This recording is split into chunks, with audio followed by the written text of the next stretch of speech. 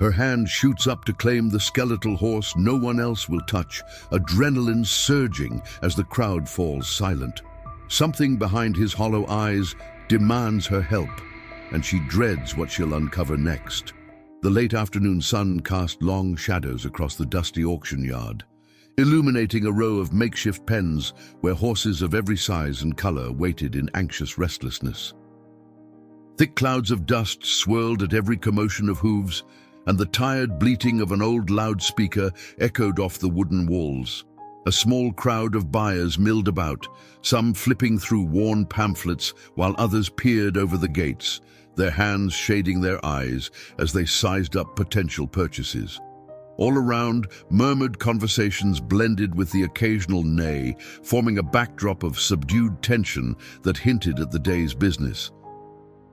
These auctions were a well-known affair in the county, places where ranchers and traders gathered to find their next workhorse or show prospect, but also where unwanted animals often ended up. Near the very end of the row of pens, in a poorly lit corner, stood a horse that barely seemed to have the strength to hold his own head upright. His coat, a dull chestnut mottled with patches of dirt, hung loosely over protruding ribs, and his mane clumped at odd angles like tangled rope. Every now and then, his ears twitched as flies landed around his sunken eyes, but he made no move to brush them away. A few onlookers paused to glance in his direction, only to quickly turn away with shaking heads. He was, by anyone's casual judgment, a horse with no future. A quiet voice or two among the crowd muttered, "Not worth the trouble," while others simply scoffed. A sign was taped haphazardly to his pen, "No reserve." At the opposite side of the yard, a young woman named Hannah carefully flipped through the listings in her hand, looking for something that might suit her modest savings. She wore simple work clothes, a faded flannel shirt and worn jeans tucked into scuffed boots. A straw hat was perched on her braided hair, and on her face was an expression both serious and full of hope. She'd been raised around horses at her grandmother's farm, though she'd never had one of her own, at least not since she'd set out on her own with little more than a handful of dollars earned from odd jobs. Hannah wasn't at this auction for a show ring champion. What she wanted was a companion she could train, care for, and maybe one day ride across the open fields behind her humble cabin. She didn't mind a challenge, as long as there was a spark in the horse's eyes. The pens in the main aisle presented all sorts: sturdy mustangs with thick necks, sleek quarter horses that paced with confidence, and a few scrappy ponies that drew laughter from children tagging along with their parents. Yet Hannah found her attention drifting away from the bustle and toward the quiet corners, away from the braying sellers who boasted of world-class potential. She remembered her grandmother's words, "Sometimes the best horse is the one nobody else notices.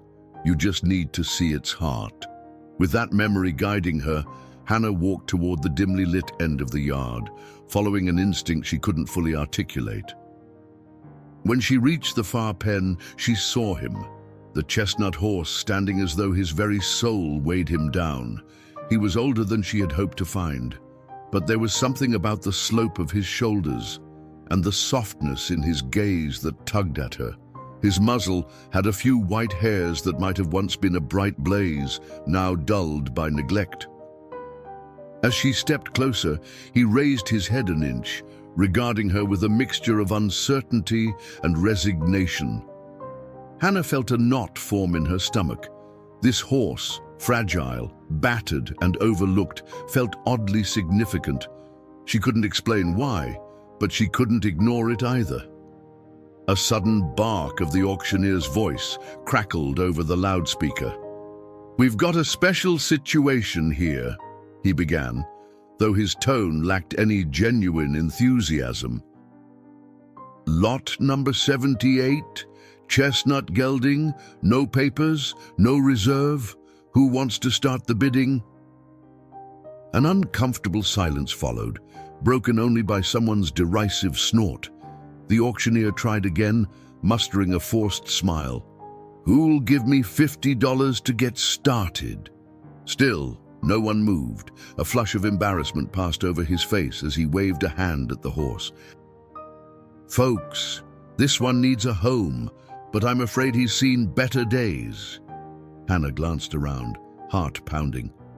She hadn't planned to bid on a horse like this. She hardly had enough money to cover routine veterinary expenses for an animal that was healthy, let alone one that might require significant care. Yet something stronger than caution pulled at her. If she walked away, this poor creature might end up sold for slaughter or abandoned again.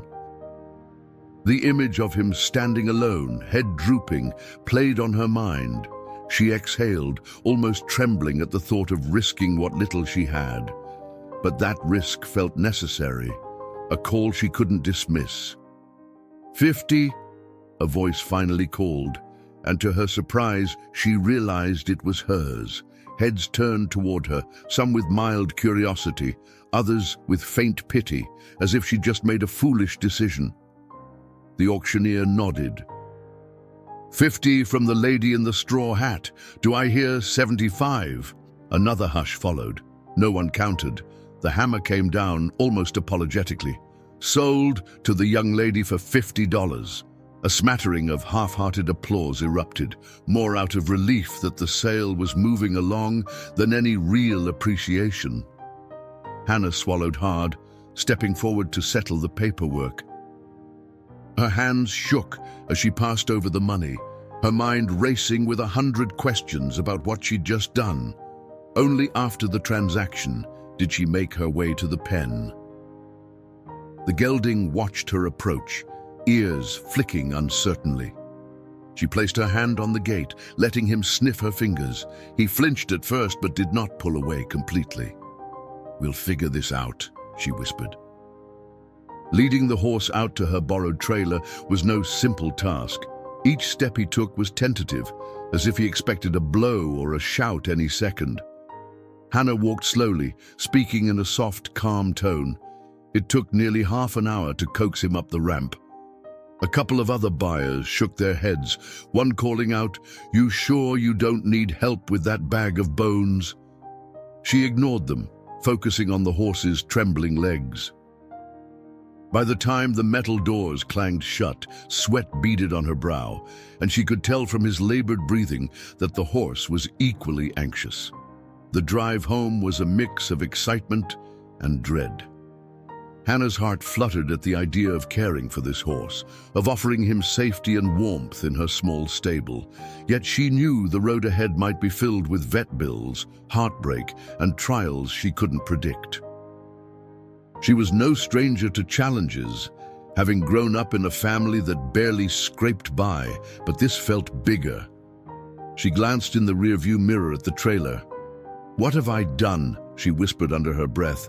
Then, more gently, "I hope I'm enough." When she arrived at her property, just a few acres with a modest barn and a stretch of fenced pasture, the sun was dipping below the treetops.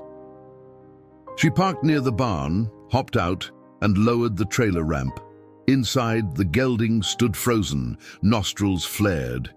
The unfamiliar sense of this new place likely triggered more nerves. It took nearly as long to coax him out as it had to load him. Darkness was settling by the time all four of his hooves touched the ground. He blinked, glancing around at the quiet yard, the silhouettes of pine trees, and the warm glow from the stable's lantern. Hannah gently led him into the barn, occupying the stall she'd spent the last few days prepping in hopes of finding a gentler, younger horse at the auction. Clean straw covered the floor, and fresh water waited in a bucket. The gelding's ears flicked as he regarded the soft bedding, as though it were a foreign luxury. She unhooked the lead rope, allowing him to stand freely. He sniffed the air and let out a weary sigh. Hannah stood by the stall door, heart pounding, unsure of what to do next, but certain she was where she needed to be. After a moment, she remembered the half bale of hay she had stored. She fetched a few flakes and placed them gently in the corner. The horse eyed it, uncertain, then lowered his muzzle to sniff. Relief washed over her when he took a small bite. Watching him chew that first mouthful, Hannah felt a tear blur her vision. She hadn't expected to feel so emotional, but seeing this battered creature accept even a shred of comfort hit her harder than she anticipated. She closed the stall door softly. Outside, the barn's single light cast a golden hue on the worn wood walls. The night air was cool, carrying the scent of damp earth and pine. Hannah leaned against a post, letting the day's tension seep out of her. She thought about what she might call him, an identity more fitting than Lot number 78, a name that symbolized hope, or perhaps something gentler, a reminder that he was no longer alone. Then she caught herself smiling, remembering her grandmother's horse.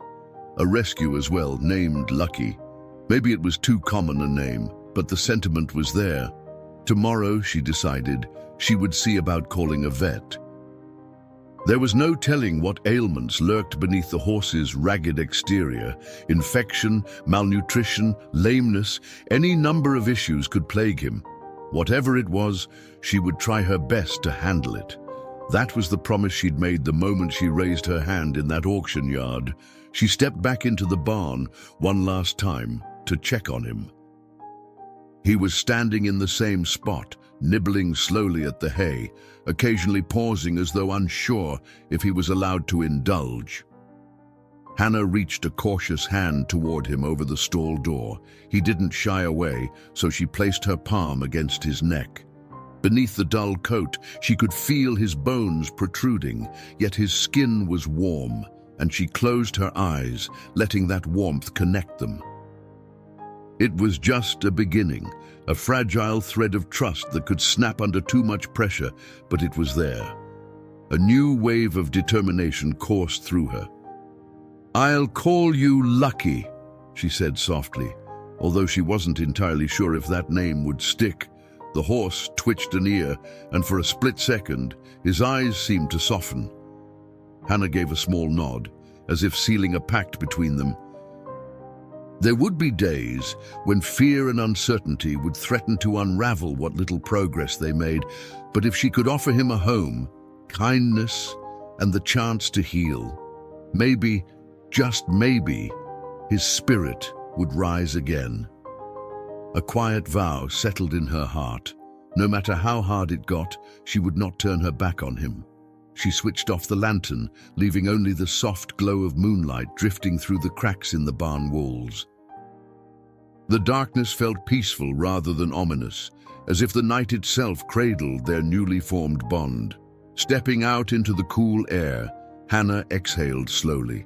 The chirp of crickets replaced the hustle of the auction yard, and a gentle breeze rustled the branches overhead. Inside that humble stable slept a horse everyone else had deemed worthless. But to Hannah, he was now something precious, a life that deserved a second chance. Morning came sooner than Hannah expected, finding her wide awake before the first hints of daylight colored the sky. She slipped out of bed and tugged on her boots, trying to calm the jitters dancing in her stomach. Today, she would call the vet. She would assess this horse she'd so hastily brought home, and hopefully she could map out a plan. Her barn stood on the edge of her property, a single light glowing faintly in the pre-dawn darkness. As she drew closer, a strange mix of excitement and dread welled up inside her. She feared what the vet might say, yet she couldn't ignore the slender thread of hope that maybe, just maybe, Lucky's condition wasn't as dire as it looked. When she opened the barn door, the soft shuffle of hooves against straw greeted her. Lucky stood in his stall, neck craned over the half-door to peer at her, eyes reflecting the timid curiosity of a horse unsure of what the day would bring. Hannah murmured a gentle hello, stepping inside and offering her hand. Despite his obvious frailty, Lucky had finished most of the hay she'd left overnight. That small victory lifted her spirits. "You must have been hungry," she said, rubbing his neck softly. He flinched at first, but then let out a tired sigh. She thought she detected a flicker of gratitude behind those wary eyes. A half-hour later, the vet, Dr. Walters, arrived. She was a middle-aged woman with a practical haircut and kind eyes that revealed her years of expertise. Hannah led her into the barn, where Lucky stood, shifting from one foot to the other. Dr. Walters moved slowly, offering a handful of grain as a peace gesture before she began her examination. "He's obviously underweight," she remarked, running her hand along Lucky's protruding ribs. "But let's see what else we're dealing with." She checked the horse's temperature, listened to his heart, examined his mouth, and gently ran her hands down each of his legs. During the process, Lucky trembled, but Dr. Walters's calm manner seemed to reassure him enough that he didn't bolt or lash out. When she finished, she gestured for Hannah to step aside. "He's got a long road ahead of him," the vet said gently, tucking her stethoscope away. "Malnutrition, possible joint inflammation. Look at the stiffness in those hocks. And I'd wager he's an older fella, maybe early teens, possibly more. There are a few scars on his knees that suggest he's had some rough tumbles or heavy use." Hannah's heart sank as she listened, but she forced herself to stay composed. "Is it hopeless?" she asked quietly, bracing for the worst. Dr. Walters shook her head. "Not hopeless, but you'll need patience and resources. Quality feed, supplements, light exercise once he's stable enough, and careful monitoring. He's going to need time, more time than you might realize." After the vet left, Hannah remained in the barn, leaning against the stall door. She replayed Dr. Walters's words, letting them settle in. She imagined the cost of the supplements, the vet checkups, and the added feed. It all piled on top of the chores she already had. Yet every time doubt threatened to consume her, she remembered the horse's cautious gaze, the tremor in his legs when he tried to walk, and his hesitant acceptance of her touch. She couldn't abandon him now. She'd made a promise. That afternoon, she drove to the local feed store. The manager, Ralph, was a gruff man who'd been in the business for decades. He eyed her skeptically when she explained her situation, but he helped her gather a specialized feed blend, vitamin supplements, and joint support. "Don't go expecting miracles overnight," he warned, lugging 50-pound sacks into the back of her pickup. "If he's in worse shape than you think, you'll be out a lot of money." Hannah thanked him politely, her throat tightening. She knew he was only trying to be practical, but his words echoed the fears she already harbored. When she returned home, the sun hovered just above the treetops, streaking the sky with orange and gold. Lucky was dozing in the stall, his thin frame silhouetted in the soft light. She hauled the feed inside, moving carefully to avoid spooking him with the clatter of bags. He lifted his head, nostrils flaring as he caught the scent of fresh grain. Hannah poured a small portion into a bucket, mixing in the recommended supplements, and offered it to him. He took a tentative step forward, and for a moment, she worried he wouldn't eat. Then, as if deciding to trust her just a little bit, he dipped his muzzle into the bucket. The sight flooded her with relief. She listened to the quiet sound of his chewing, feeling a fragile optimism bloom within her. Each swallow, each flick of his ears was a testament that he hadn't given up. Not yet. Over the next few days, she fell into a steady pattern. Before dawn, she'd feed Lucky small, frequent meals, per doctor. Walters's advice. She'd stand by him, talking in hushed tones about ordinary things, her plans for the day, the funny shapes the clouds made, or how she used to help her grandmother groom her horses on summer afternoons. Even though Lucky couldn't respond in words, she felt he was listening. By evening, she'd check his water, make sure he was comfortable, then sit in the straw near him, absorbing the quiet. It was slow work, and his progress was measured in small increments. The way he started to relax his ears, the slight shine that began to return to his coat, the moment he no longer jerked away at the sight of the lead rope. A week later, Hannah decided it was time to let Lucky see the outside world beyond the barn. The pasture behind her property was modest but decent, a fenced area where grass pushed up in patches between well-worn dirt paths. She clipped the lead rope to his halter, speaking softly, "Let's go get some fresh air, boy." Lucky stood still as a stone, not refusing, but not entirely ready either. Patiently, she coaxed him step by step. It took almost 10 minutes to reach the pasture gate, and another 5 for him to agree to step through. But once he caught a whiff of the grass, something changed in his demeanor. He lowered his nose, breathing in the scent of freedom he'd long been denied. Hannah let him graze for a few minutes, staying close, occasionally giving the rope a gentle slack. Lucky's movements were awkward at first, his legs unsure of themselves, but soon he managed a few cautious steps. A breeze rustled the leaves on the lone oak tree in the corner of the field, and Lucky lifted his head, ears flicking toward the sound. She half expected him to spook, to bolt back to the barn, but he merely stood, tail swishing as if soaking in a new reality. Hannah watched him carefully, ready to intervene if he panicked. Yet all he did was shift his weight from one hoof to another, then bend to nibble more grass. That small victory deepened her attachment to him. She remembered the moment she saw him in that auction pen, dismissed by everyone else as worthless. Now here he was, standing upright in her little pasture, no longer the pitiful creature that everyone had ridiculed. True, he was still thin, and his eyes still betrayed a lingering wariness, but the transformation, however slight, gave her hope. When the sky began to fade, she led him back to the barn. Though he followed slowly, he did so willingly, as if each day's gentle rhythms were teaching him that not every human intended harm. In the following weeks, Hannah's routine revolved around Lucky. Word spread through the sparse local community that she'd taken in a half-starved horse. A few neighbors dropped by, some with guarded encouragement, others with that same doubt-laden look. One woman named Linda, who bred quarter horses, asked bluntly, "You really think all this effort's worth it?" Hannah never quite knew how to answer that question without sounding defensive. "He's already worth it," she would say quietly, and then try to change the subject. Meanwhile, Lucky continued to make cautious strides forward.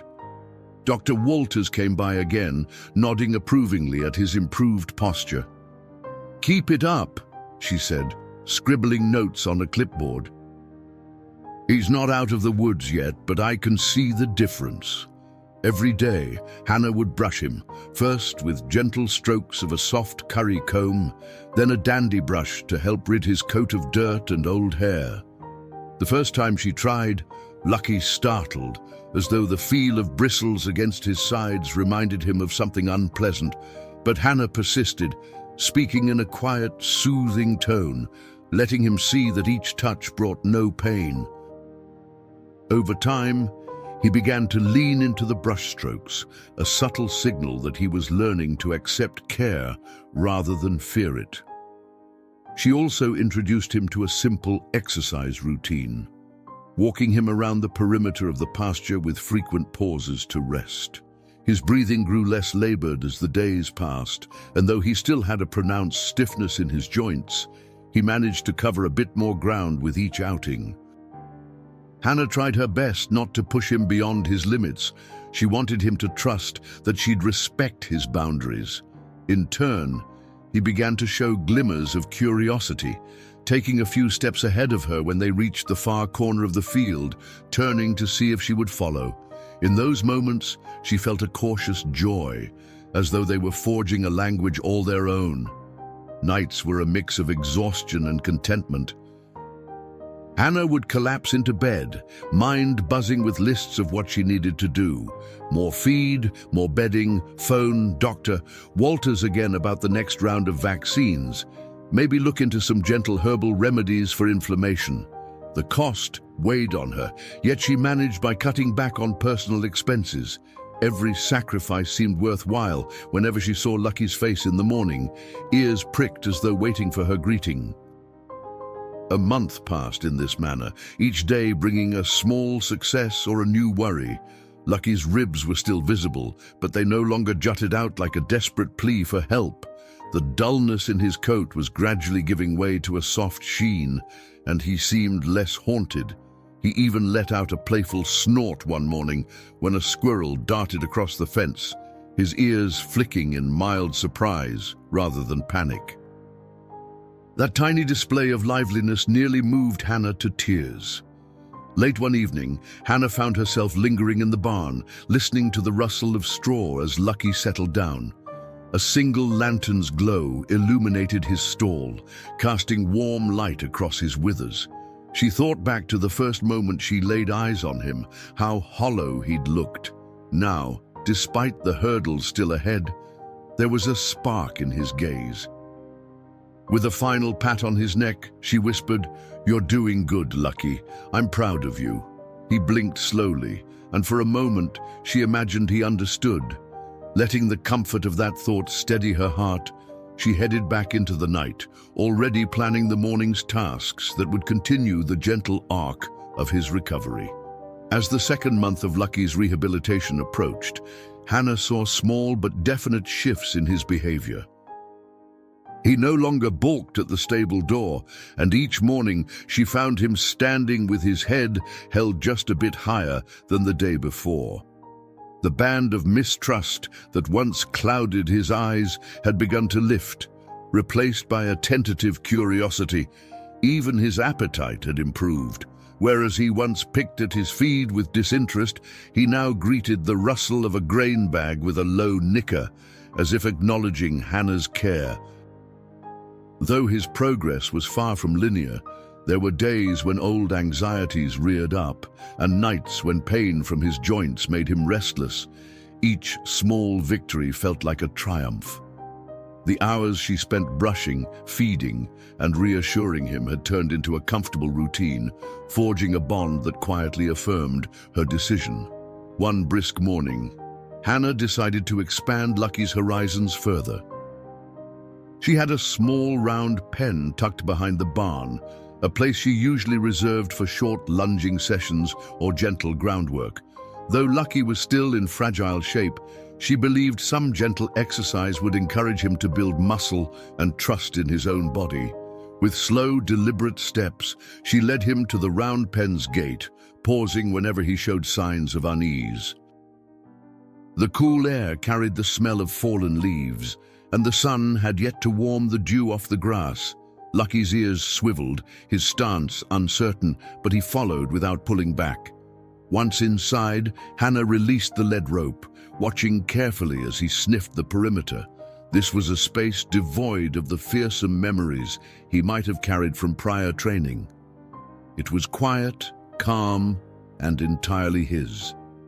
Hannah stayed in the center, her posture relaxed. She spoke softly, clicking her tongue to encourage him to walk around the pen's circumference. He obeyed with a slow, measured pace, occasionally stopping to stare at her as though checking for approval. The dusty ground stirred with each hoofstep.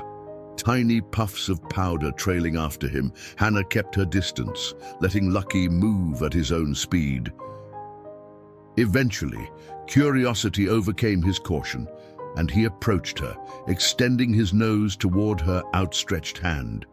She whispered words of reassurance, marveling at the trust he was offering. In that brief moment, it felt as though they were sharing an unspoken conversation, a silent vow that their bond was no longer defined by fear, but by a quiet determination to move forward together. By the time afternoon rolled around, Hannah was tidying the barn when she heard the grumble of a pickup truck idling near the gate to her property. Wiping her hands on a rag, she stepped outside to find a familiar face leaning out the window. Jess, an old friend of her grandmother's who'd heard talk in town about the auction horse. Jess was dressed in worn denim and sported a broad-brimmed hat that had seen countless summers. "Heard you been busy," Jess said with a nod toward the barn. Without waiting for an invitation, Jess parked and hopped out, heading straight for the stable doors. Hannah didn't mind the unannounced visit.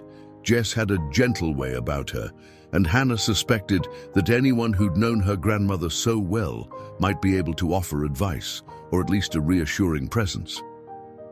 Inside, Lucky stood halfway in the aisle, his lead rope loosely looped over a hook while Hannah had been sweeping. Jess approached carefully, letting the horse catch her scent. "He's seen some tough times," Jess observed quietly, running a practiced eye over Lucky's frame. "But you've given him a good start." Hannah felt a glow of pride at the acknowledgement. She'd spent many evenings wondering if she was doing enough, if her meager resources would ever be sufficient.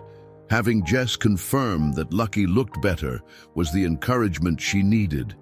Jess walked around him, checking his joints with a light touch, and then stepped back with a knowing smile. "He's a fighter," she said simply, "and you've got heart." "That's a good combination." They settled on a pair of old stools in the barn aisle, the warm smell of hay enveloping them. Jess told stories of how Hannah's grandmother used to train horses that no one else wanted. She spoke of a half-wild mare with a reputation for bucking that her grandmother had turned into a dependable trail horse by sheer patience and empathy. Hannah drank in every word, feeling her grandmother's spirit weave through the barn. When Jess mentioned how her grandmother always listened to the horse first and worried about her own agenda second, Hannah's eyes flicked to Lucky. The horse seemed to sense the peace between them, flicking an ear as though eavesdropping on the conversation. Jess patted Hannah's shoulder before leaving. "Keep at it. Don't rush him. If he trusts you, he'll give you more than you'd ever expect." In the days that followed, Hannah decided to try more groundwork in the round pen, introducing subtle cues for direction changes and halts. Lucky responded well, showing glimpses of an intelligent mind that perhaps had once been stifled by rough handling. She noticed that if she raised her voice, even slightly, he'd tense up, as though bracing for a blow. So she learned to speak in a low, even tone, to move with deliberate gentleness. Progress came faster than she anticipated. Each evening, as the sun dipped behind the hills, she would turn him out into the pasture for a bit, watching from a distance as he nibbled at grass. Sometimes he'd venture a few strides into a quicker gait, testing his legs. Though still clumsy, he didn't seem afraid. Slowly, she felt they were reclaiming all that had been taken from him, yet it wasn't all steady progress. One cold morning, Hannah found Lucky pacing in his stall, ears pinned and eyes wide with anxiety. A fallen tree branch had knocked against the barn roof in the night, leaving a loud crack that must have startled him. His feed lay untouched, and when she tried to approach, he sidestepped, nostrils flaring. The old terror in his expression reminded her of how fragile his progress was. It took nearly 2 hours of coaxing, gentle words, and the eventual removal of the offending branch before he settled down enough to eat. Hannah's frustration gave way to renewed sympathy. Sometimes, she realized, healing meant revisiting old wounds. She left him with extra hay that day, letting him calm himself on his own terms. By afternoon, he'd inched closer to the stall door, gazing at her as though to say sorry for the scare. She simply nodded and offered a soft brush of his forehead. Dr. Walters visited again a few weeks later, armed with a stethoscope and a mild sedative in case Lucky needed a more thorough evaluation. To Hannah's relief, Lucky's weight was better. His once showing ribs were now soft outlines rather than glaring ridges. His coat had begun to shine with a healthy gloss, and Dr. Walters commented on the strength returning to his hindquarters. "Looks like you found his rhythm," she said approvingly, making a note on her chart. It wasn't all perfect news. His joints still showed signs of persistent inflammation, and there would be lingering effects from whatever harsh treatment he'd endured. But the improvement was undeniable. Keep up the slow exercises and the supplements, Dr. Walters advised. He might surprise you with how much more he can do. Inspired by the vet's encouraging words, Hannah kept challenging Lucky in measured ways. Sometimes that meant asking him to trot a few more steps before halting, or introducing a small pole for him to step over in the round pen. Other times, it meant simply grooming him for longer stretches, letting him grow accustomed to a human's hands without fear. On a crisp autumn evening, she led him through the pasture gate and out to a narrow trail that cut through the woods behind her property. They only walked a few dozen yards among the towering pines, but the moment felt significant, an invitation to explore beyond the safety of his stall. He paused at every rustle of undergrowth, at times trembling when the wind whistled through the branches, but Hannah kept her posture calm and her voice reassuring. By the time they reached a small clearing, she felt Lucky relax just enough to notice the way leaves crunched underfoot instead of fixating on potential threats. She paused there, letting him graze on a patch of fresh grass. Standing side by side, the sense of partnership felt stronger than ever. Leaving the trail for the barn, Hannah found herself reflecting on how far they'd come, but also on what might still lie ahead. The next steps were uncertain. Part of her wondered if Lucky could ever be ridden, or if he would remain a companion to simply enjoy his life without demands. Another part of her felt that maybe, with patience, he might learn to carry a saddle again, his confidence rebuilt. For now, though, she was content to let each new day be a testament to second chances. Lucky had shown her, time and again, that healing wasn't a destination, but a steady journey forward, one made of quiet, persistent strides, where progress was measured in trust rather than ribbons or accolades. Leading him back into the barn, she sensed that deeper changes were on the horizon, that their bond had only just begun to reveal the unexpected depths they could reach together. During the next few weeks, the weather shifted from crisp autumn mornings to the early chill of oncoming winter.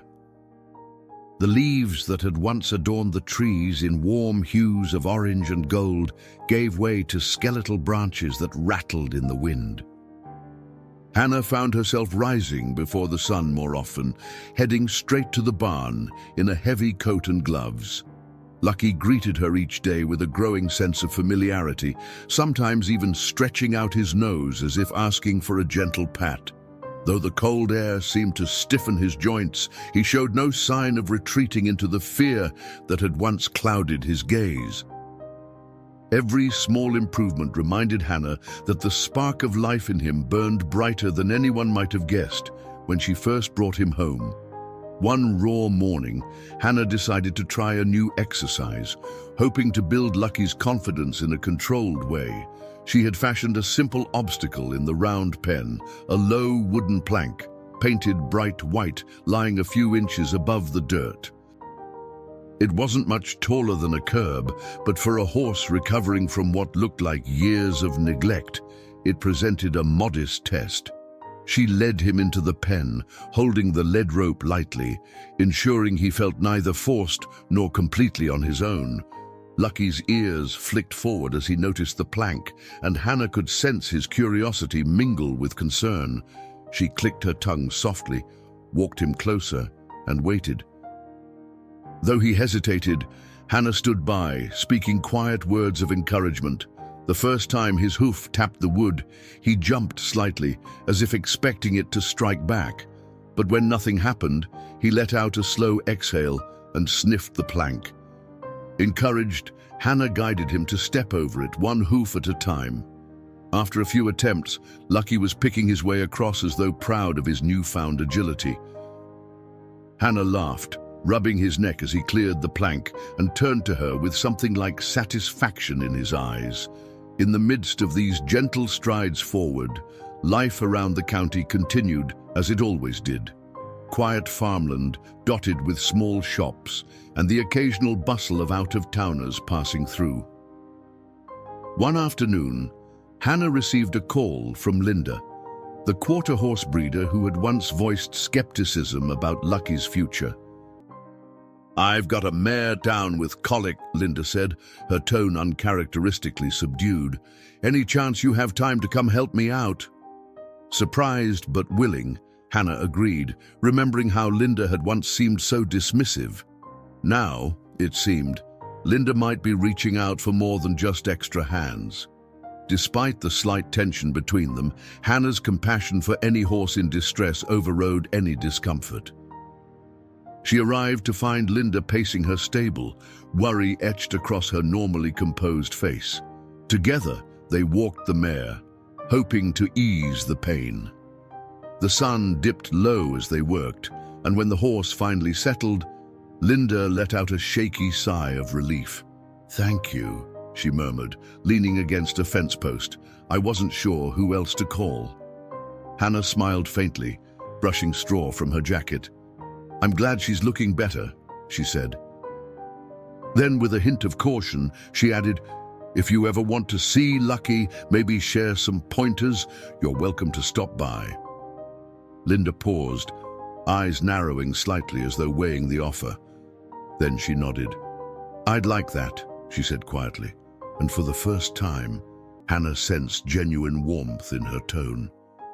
Back at her own barn, Hannah found Lucky waiting near the door of his stall, ears pricked as though to ask where she'd been. She laughed softly, stroking his forehead. "I swear, you're starting to act like you own this place," she teased. He flicked his tail dismissively, dipping his head toward the feed bin. She obliged, pouring in his evening ration, watching as he ate with a calm she found heartening. Winter's approach had made her more mindful of his needs: extra bedding, blankets if the nights turned icy, and close attention to any stiffness in his legs. She also trimmed back on the intensity of his exercises, sticking mostly to short sessions or light walks in the pasture when the ground wasn't slick. As the weeks went on, Linda did pay a visit. She arrived one afternoon in a swirling gust of wind, her truck kicking up gravel in Hannah's driveway. Hannah could see apprehension in Linda's eyes as she stepped out. "How's he doing?" Linda asked by way of greeting. Without answering verbally, Hannah led her into the barn, where Lucky stood with a glossy coat and eyes that seemed to hold a spark of curiosity. Linda gave a low whistle. "He looks better," she said grudgingly. Her gaze traveled along Lucky's withers, down his legs, pausing at the faint scarring on his knees. "That's not a horse who wants to give up." Hannah nodded, feeling a twinge of pride. "He's got more heart than anyone realized." Linda offered suggestions on how to stretch Lucky's forelegs and ease any lingering tension in his shoulders. She helped Hannah adjust the way she held the lead rope during their short, lunging sessions, ensuring Lucky understood each cue with minimal confusion. Though Linda kept her praise measured, Hannah could sense a subtle shift in her demeanor, a respect for the effort being made, and perhaps a realization that the bond between Hannah and Lucky was something sincere and strong. When it was time for Linda to leave, she patted Lucky's neck. "Don't let up on him," she said. "He's still got a ways to go, but you're on the right track." Encouraged by the progress and the unexpected support, Hannah began to wonder if Lucky might one day carry a saddle again. She approached the thought cautiously, not wanting to rush him. But she knew that regaining trust often involved overcoming the very experiences that once caused fear. If Lucky had been ridden harshly in the past, introducing the saddle gently could help rewrite that chapter of his life. She started small, bringing an old saddle blanket into the round pen and letting him sniff it. He showed mild interest, no sign of alarm. Over the following days, she draped it across his back, praising him whenever he stood calmly. Once or twice, he flinched as though recalling an unpleasant memory, but Hannah's soft voice and patient hands eased his tension. Her first attempt at placing a saddle on his back took place on an early morning when the sky was streaked with pale grey light. She led Lucky into the pen, talking to him the whole time. "Today's just about letting you feel something on your back," she explained, her voice calm despite the flutter in her stomach. She rested the saddle lightly against his withers, ready to remove it at the slightest sign of panic. Lucky stiffened, muscles quivering, but after a few moments, he exhaled, turning his head to look at the foreign object. Hannah gently ran her hand along his neck. "That's it, boy. Nobody's going to hurt you." She lifted the saddle off, then repeated the process twice more, each time letting him adjust. Though she kept the girth loose and never fully cinched it, she walked away, feeling like they'd made a crucial breakthrough. She couldn't tell if it would lead to actual riding someday, but the possibility no longer felt so far-fetched. Around this time, Jess visited again, her pickup rattling down the driveway. She brought with her a bulky envelope tied with twine. "Found these in my attic," she said, placing the envelope in Hannah's hands. "Old photographs of your grandmother's horses. Figured you might find some inspiration." Later that night, Hannah sat in the barn, flipping through faded pictures under the light of a single lantern. She saw horses of all shapes and sizes, many of them sporting the same wary expressions Lucky had when she first met him. But in each successive snapshot, the horses stood taller, eyes brightening as her grandmother gently trained and loved them back to health. A lump formed in Hannah's throat at how similar their stories felt to Lucky's. One photo showed her grandmother riding bareback on a skinny grey mare that looked half-starved, yet they moved together in perfect rhythm, both wearing expressions of unbreakable peace. In the days that followed, Hannah felt a renewed sense of direction. Though the cold winds howled outside, she and Lucky kept at their gentle exercises.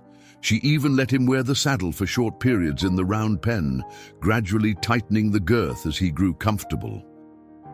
Jess showed her a few of the methods her grandmother had passed down.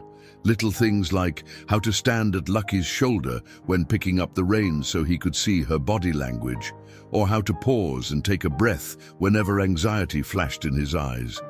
Bit by bit, Lucky accepted these new sensations, forging a link between the comfort Hannah provided and the unfamiliar gear on his back. One afternoon, while practicing in the pen, Linda stopped by unexpectedly. She watched them for several minutes, leaning on the fence with crossed arms. Finally, she called out, "He's moving better than I thought. You try leaning your weight on that saddle yet?" Hannah hesitated. She'd been imagining the day she might rest her body across Lucky's back, but she worried it was too soon. Linda's expression, though, was neither dismissive nor mocking, only curious. Hannah turned to Lucky, noting the way he stood quietly, ears attentive but not fearful. She took a slow breath, then placed one foot on a low mounting block and lightly draped herself across the saddle, keeping most of her weight on her toe in case Lucky spooked. He startled only slightly, shifting his hooves and snorting. She murmured soft words, fingers brushing his mane, and after a tense moment, he stilled. Linda let out an approving hum from the fence. Hannah eased back down, heart racing, but a grin spread across her face. It was a small step, barely a taste of actual riding, but she felt Lucky's acceptance as something monumental. With each passing day, the harshness of winter deepened, and so did Hannah's resolve. She arranged for a farrier to trim Lucky's hooves and assess any lingering issues in his legs, though the farrier warned that some arthritis might limit how hard Lucky could be worked. He also praised the improvement in the horse's overall posture. "He's standing a lot more square," the farrier observed, tapping Lucky's hoof lightly. "That's a sign he's not protecting himself so much." Hannah smiled, relief surging through her. She couldn't control the damage done to Lucky in the past, but she could ensure his present and future would be shaped by kindness. Despite the chilling winds and shorter daylight hours, she continued her slow, methodical approach. Some mornings, she only had time to groom him, rub his legs with liniment, and feed him a warm mash. Other times, she'd lead him in the round pen, encouraging a gentle trot while Linda looked on from the sidelines, offering constructive pointers.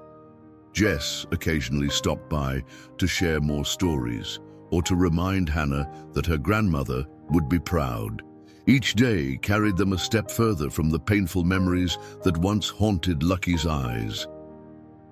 In those moments, whether he stood calmly as she brushed him or merely greeted her with a quiet nicker, she felt a profound sense of gratitude for the bond they had built. One cold evening, after a productive session in the round pen, Hannah lingered with Lucky as the sky darkened. Snowflakes drifted down, soft and silent, catching in his mane and melting against her jacket. She slid her hand under the saddle flap, checking to see if his skin was damp or irritated. Finding him perfectly fine, she gave a little laugh. "You're tougher than I thought," she murmured. He nudged her sleeve, as if to return the sentiment. She unclipped the saddle and placed it on the rail. Then, giving him a final pat, she led him back toward the barn, their footsteps muffled by the thin layer of snow. Her heart brimmed with a quiet joy, and she allowed herself, just for that instant, to imagine what it might be like to sit properly astride him someday, knowing that the journey they shared would mean far more than any ribbon or trophy could.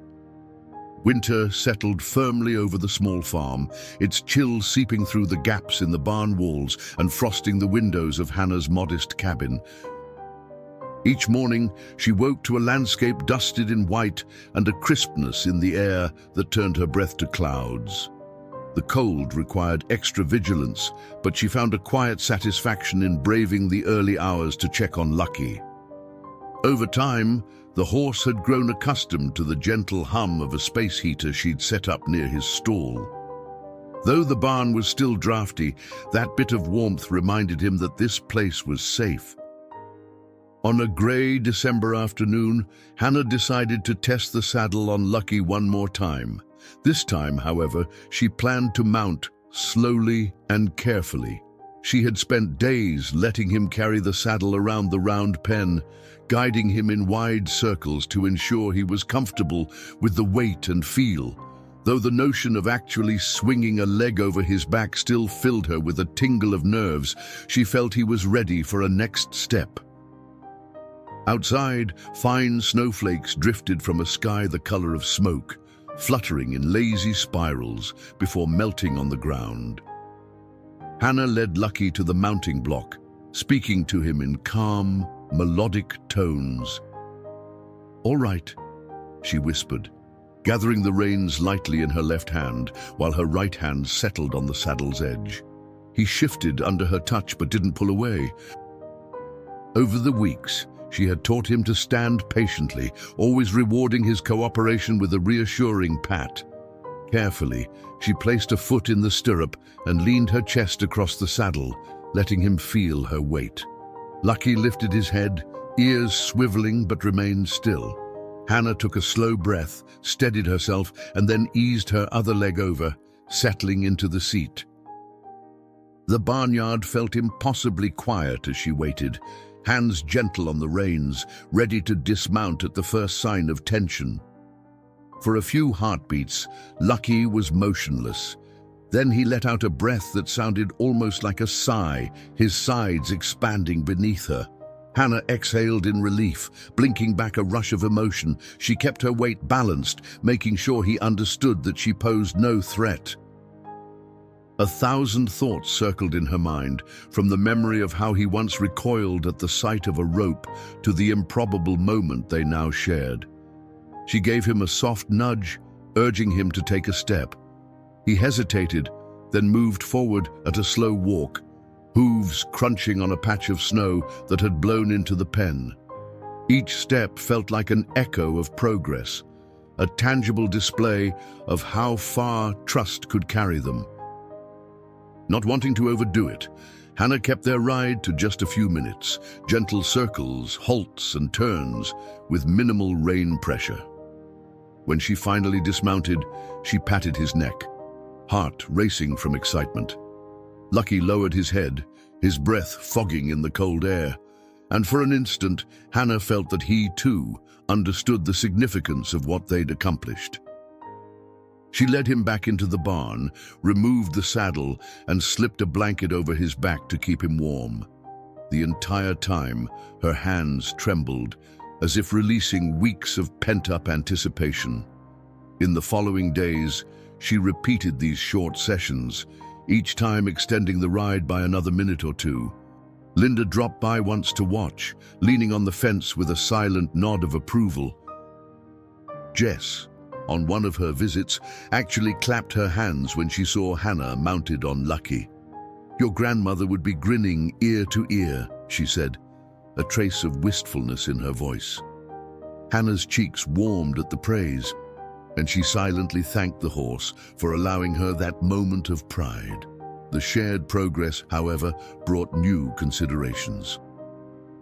With every passing ride, Hannah realized that Lucky had more potential than she initially believed. While she'd rescued him with no thought of competitions or displays of skill, it dawned on her that moderate trail riding might be within his reach. Yet she worried about how his joints would fare on uneven terrain. Dr. Walters had warned her to be mindful of old injuries. Hannah conferred with Jess and Linda, who both suggested easy, short rides on flat paths before attempting hills or rocky trails. Eager to see how Lucky responded, Hannah decided to chart a short loop near the pasture, skirting the gentle slope beyond the barn. The sky was clear the morning she attempted this new route, the sun glimmering on the thin crust of snow. She saddled Lucky calmly, double-checking the cinch and adjusting his bridle, a simple hackamore to avoid putting extra pressure on his mouth. Leading him out of the barn, she mounted from the block. He stood still, ears forward, as if waiting for her cue. She nudged him into a walk, guiding him along a shallow path that circled the corral, then continued out through a narrow gate that led behind the property. Each hoofstep crunched on the snow, the sound echoing in the quiet. She felt the tension in his body as the scenery changed, but he kept going, his trust anchored in her voice and gentle rein contact. They followed the path for only half a mile, turning back as soon as Lucky began to breathe heavily. The chill stung Hannah's cheeks, but she wore a wide smile. On their way back, Lucky occasionally flicked an ear toward the trees or jerked his head at a stray gust of wind, yet she sensed a curiosity in him rather than raw panic. By the time they returned to the barn, her heart was so full of gratitude that she could barely speak.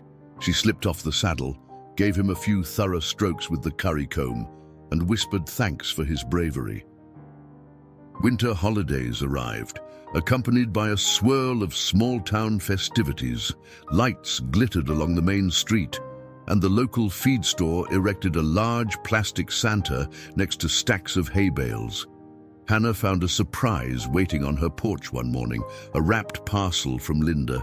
Inside was a fleece quarter sheet, sized perfectly for Lucky, with a note that read, "For those cold rides, Merry Christmas." Hannah smiled to herself. Linda's gesture spoke volumes about her changing attitude toward Lucky's future. Days later, Linda and Hannah found themselves sipping hot cider in Hannah's kitchen, gazing out the window at the snow-covered pasture. Lucky trotted around with something akin to contentment as Jess stood by the fence, arms folded, watching him. Linda glanced at Hannah.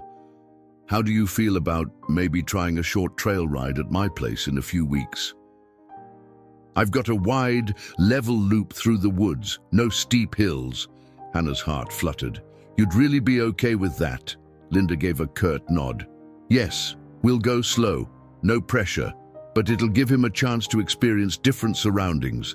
Though the idea thrilled Hannah, she couldn't help the sliver of worry that wormed into her thoughts. She knew how quickly old trauma could resurface. Still, she told herself that each success Lucky had found came from measured steps forward.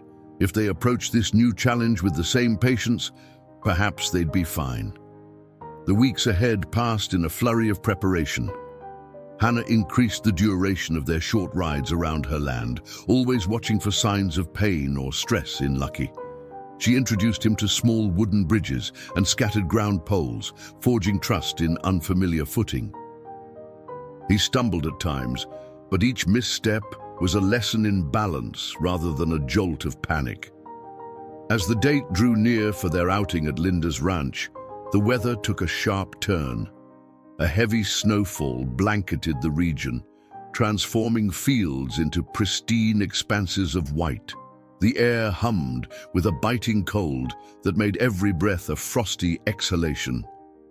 Hannah contemplated postponing their trip, worried about icy patches or hidden obstacles beneath the snow. But Linda insisted the conditions remained safe, pointing out that her trail was largely protected by tree cover. After careful deliberation, Hannah agreed, deciding they would at least attempt a slow walk through Linda's woods. On the chosen morning, she loaded Lucky into a borrowed trailer, padding it with extra straw to ensure he stayed warm. He hesitated at the ramp, likely recalling past moments of being crammed into trailers with rough handling, but Hannah's patient coaxing seemed enough to get him inside.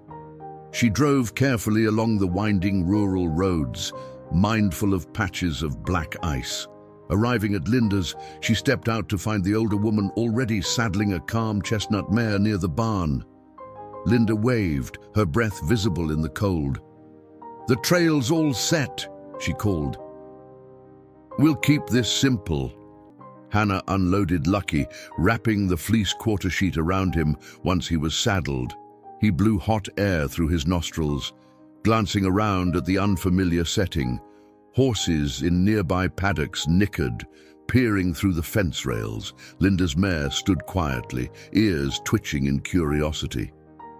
Hannah placed a hand on Lucky's neck, feeling his heart pound beneath her palm. "Easy, boy," she murmured. Then she led him to the mounting block and swung into the saddle. Linda climbed onto her mare with practiced ease. Together, they headed out, the crisp snow crunching beneath hooves. The trail wound gently through a patch of evergreen trees, their branches heavy with clumps of snow. Sunlight filtered in shards, illuminating the powder that drifted from the boughs whenever a horse brushed against them. At first, Lucky tensed at every rustle and hiss of snow hitting the ground, but with Linda's mare leading confidently and Hannah's soft encouragement, he soon relaxed into a steady walk. Linda occasionally glanced back, murmuring an "all good," to which Hannah would reply with a nod or a thumbs up. Partway through the loop, they entered a small clearing where the snow lay untouched, forming a dazzling white carpet. The two horses paused of their own accord, surveying the scene. Lucky lifted his head, gazing at the wide swath of glimmering snow as if mesmerized. A year ago, Hannah mused, he might have balked at the very idea of open space. Now, even though she could feel his uncertainty, he stood poised, trusting her guidance. After a moment, Linda nudged her mare forward and Lucky followed, sending puffs of powder cascading around his hooves. They emerged from the woods an hour later, hearts light with success. Neither horse had spooked or stumbled. The slow, measured pace had proven perfect. Back at Linda's barn, Hannah dismounted, running a hand down Lucky's flank. He breathed heavily, but his eyes shone with a quiet pride. Linda dismounted as well, lips curving in a rare smile. "He did better than I expected," she admitted, patting Lucky's shoulder. "He's come a long way." Hannah led Lucky into an empty stall to untack and give him a thorough once-over, checking for any heat or swelling in his legs. Finding nothing amiss, she offered him a small scoop of grain. He nibbled while she brushed away sweat and melted snow from his coat. Outside, Linda chatted with Jess, who had driven over just to see how the excursion went. Their muffled voices carried into the barn in soft echoes. Hannah leaned her forehead against Lucky's neck, exhaling in quiet gratitude. A year ago, no one would have believed this gentle ride was possible. Yet here they were, forging a partnership that exceeded her modest dream of saving a neglected horse. It felt like a promise of even greater things to come. The snowfall that had graced Linda's ranch eventually gave way to a string of clear, frigid days. The local roads, once icy and treacherous, began to thaw, leaving behind muddy tracks and slushy remnants of winter along the fence lines. Each morning, Hannah trudged out to the barn, grateful for the extra minutes of daylight that hinted at spring's eventual arrival. Lucky would lift his head from the pile of hay in his stall, ears perked to catch her quiet greeting. Though the sharp cold still crept in through the barn's gaps, the promise of milder weather offered a flicker of optimism. One morning, Hannah found herself replaying the memory of their calm ride through Linda's woods. That success still glowed in her mind, fueling a desire to see how far Lucky's newfound confidence might extend. At the same time, she remained mindful of Dr. Walters's caution. Old injuries could resurface if she pushed him too hard. Determined to strike a balance, Hannah stuck to shorter rides, letting Lucky explore the neighboring paths. On days when the ground was too frozen or slick, she contented herself with grooming sessions and light groundwork in the round pen. Each time she slipped the saddle onto Lucky's back, she saw less tension in his stance. He had begun to associate the tack with adventure rather than fear. One afternoon, Jess stopped by with a bundle of older tack that had belonged to Hannah's grandmother: bridles, reins, a worn halter stitched with small daisies. "Figured you might get some use out of these," she said, placing them on a wooden bench near the barn door. Hannah's fingertips traced the faded stitching on the halter, imagining her grandmother carefully threading the design. The thought that she could now pass this legacy to Lucky tugged at her emotions. She asked Jess to help her fit one of the bridles, a simple leather piece with a gentle snaffle bit. Lucky accepted the bridle with minimal fuss, to Hannah's relief. Though she usually rode him in a hackamore or halter, she liked having the option for more refined communication. As she stroked Lucky's muzzle, Jess recalled how her grandmother always believed that equipment was just a tool. Real connection, she'd say, was built on understanding and kindness. Hannah's world, once a quiet loop of feeding and stable chores, began to expand as neighbors became increasingly curious about Lucky's transformation. A few local riders asked if she might consider bringing him along to group trail outings once the weather improved. Linda hinted at organizing a small gathering in early spring, a friendly ride for those with rehabilitated horses designed to share stories and training tips. Though the prospect of riding in a group made Hannah's stomach flutter, she knew Lucky needed these experiences if he was to grow beyond the small sphere of home and Linda's ranch. As February slipped by, Hannah decided to put a tentative plan in place. If all went well, by mid-spring she would attempt a mild group ride, no more than an hour or two, on soft terrain. She conferred with Dr. Walters, who advised building Lucky's strength gradually. "Increase the length of your rides a few minutes at a time," the vet suggested, tapping her pen on a checklist. "Pay attention to any swelling or heat in his legs. His joints seem stable for now, but caution is still your friend." Hannah nodded, scribbling notes. Having a clear goal felt both exciting and daunting. She found herself thinking more and more about the horse Lucky might have once been, maybe strong, agile, even competitive. She hoped that with enough care, he could reclaim a measure of that ability, or at least discover a version of it that suited his new life. By early March, patches of grass began to peek through the thinning snow, and the rising temperatures allowed Hannah and Lucky to explore more extensive trails. One particularly mild afternoon, She led him onto a winding path behind the property where the ground, though still damp, was firm enough for a careful ride. With the daisied halter hidden beneath his bridle, she felt her grandmother's presence in every step.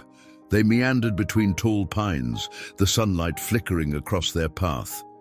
Lucky startled once at a fallen branch, but Hannah's calm voice and gentle rein steadied him. He recovered, blowing out a gusty breath that sent a flock of tiny birds flittering from a nearby bush. She laughed softly, imagining his surprise at the sudden flurry of feathers. Each minor challenge they faced, a narrow footbridge spanning a shallow creek, a rustle of deer in the undergrowth, became a chance for Lucky to practice composure. Gradually, Hannah gave him a bit more freedom, loosening the reins so he could sniff or pause without immediate correction. She began to trust that he wouldn't bolt at every unexpected noise. More importantly, Lucky began to trust himself.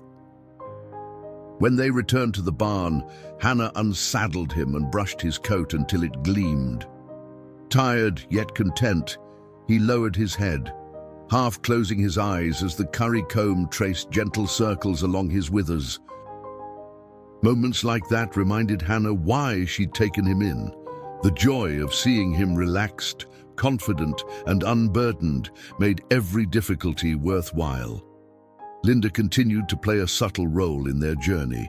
She dropped by sporadically, checking on Lucky's progress, sharing tidbits of stable management, and occasionally riding her own mare alongside them. During one ride, Linda confessed she'd once been involved in horse rescues, but had grown jaded over time. "Sometimes you see so much heartbreak," she said with a weary sigh. "It's hard to keep believing in a good outcome." She glanced at Lucky's steady walk. "Seeing him like this, it reminds me why people do it in the first place." Hannah nodded, her throat tight with unspoken gratitude.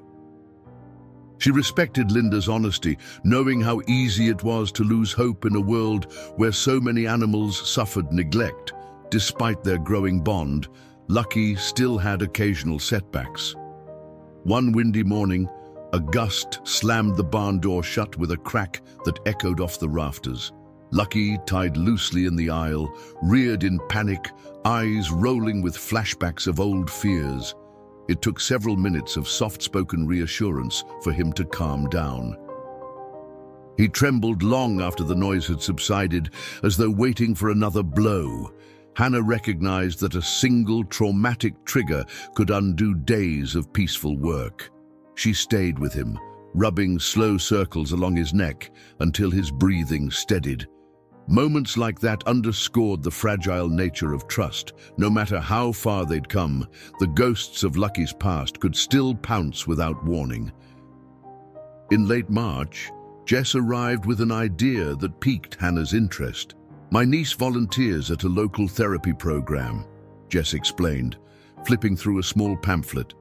"They use horses to help kids and adults build confidence. She says they're always looking for success stories to share."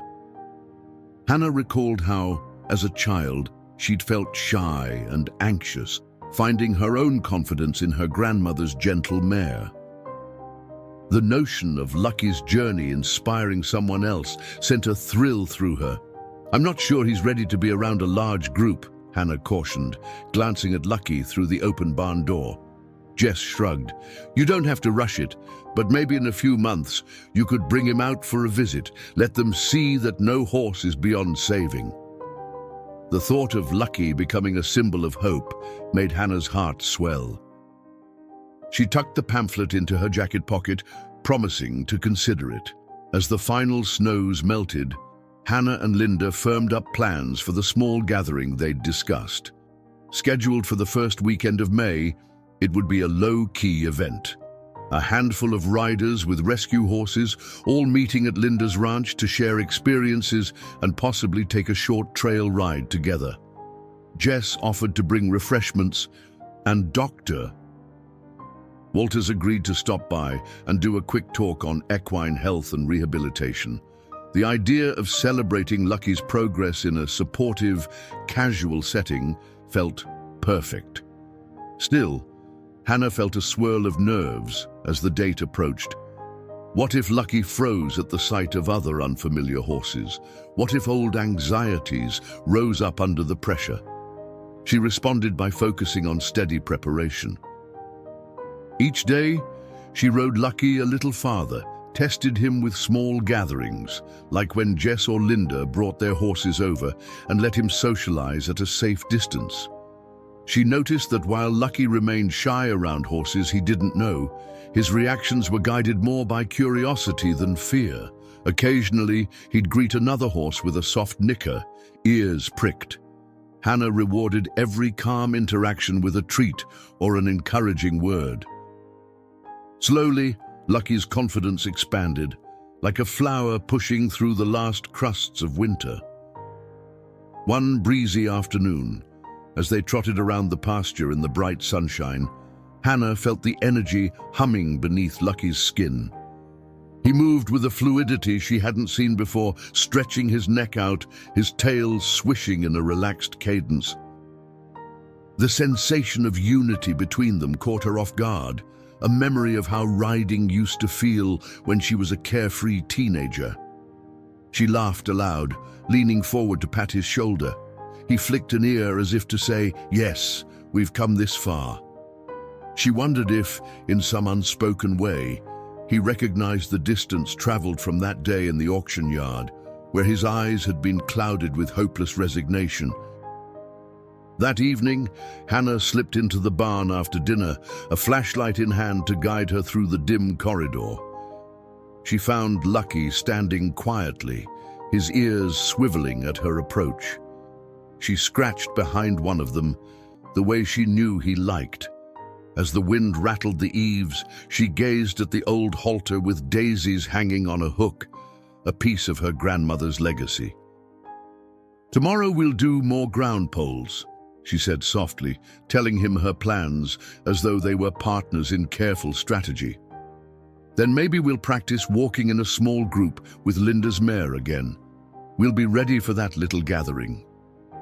Lucky flicked his tail in a gentle swish, and she smiled, recalling how far he'd come in the last several months. Standing in that quiet space, the smell of hay and leather enveloping them, Hannah felt the familiar upwelling of gratitude. This barn might be modest, the nights might still carry a biting chill, and Lucky's old injuries might flare from time to time, but they had built something neither of them had known at the start: resilience. She lingered for a while, simply absorbing the sense of calm that existed between them. The future might hold challenges, but here and now, the bond they shared was all the proof she needed that second chances could triumph over even the darkest beginnings. A light drizzle pattered on the roof of Hannah's barn the week before Linda's planned gathering. And though the weather was dreary, Hannah felt a pulse of quiet excitement. Each day, she led Lucky through his usual exercises, some gentle trot work in the round pen, occasional turns around the pasture, and, when the ground wasn't too muddy, a short loop through the woods. She kept a close eye on his legs, checking for heat or swelling, but was gratified to find nothing amiss. If anything, he seemed to relish the increased activity, greeting each session with a soft nicker and a lively flick of his ears. Rain or shine, the promise of that upcoming event gave her a sense of purpose. Preparations for the gathering gained momentum. Jess dropped by one evening, her arms full of folded tablecloths and paper streamers. "Linda wants to set up a few tables near the paddock," she explained, handing Hannah a bundle of bright blue decorations. "She figured we could hang these around, make it feel festive." "She's calling it a day of second chances." The name caught Hannah's breath. She thought about Lucky's journey from the dusty auction yard to this moment, where he would stand among other rescued horses, each with its own story of adversity.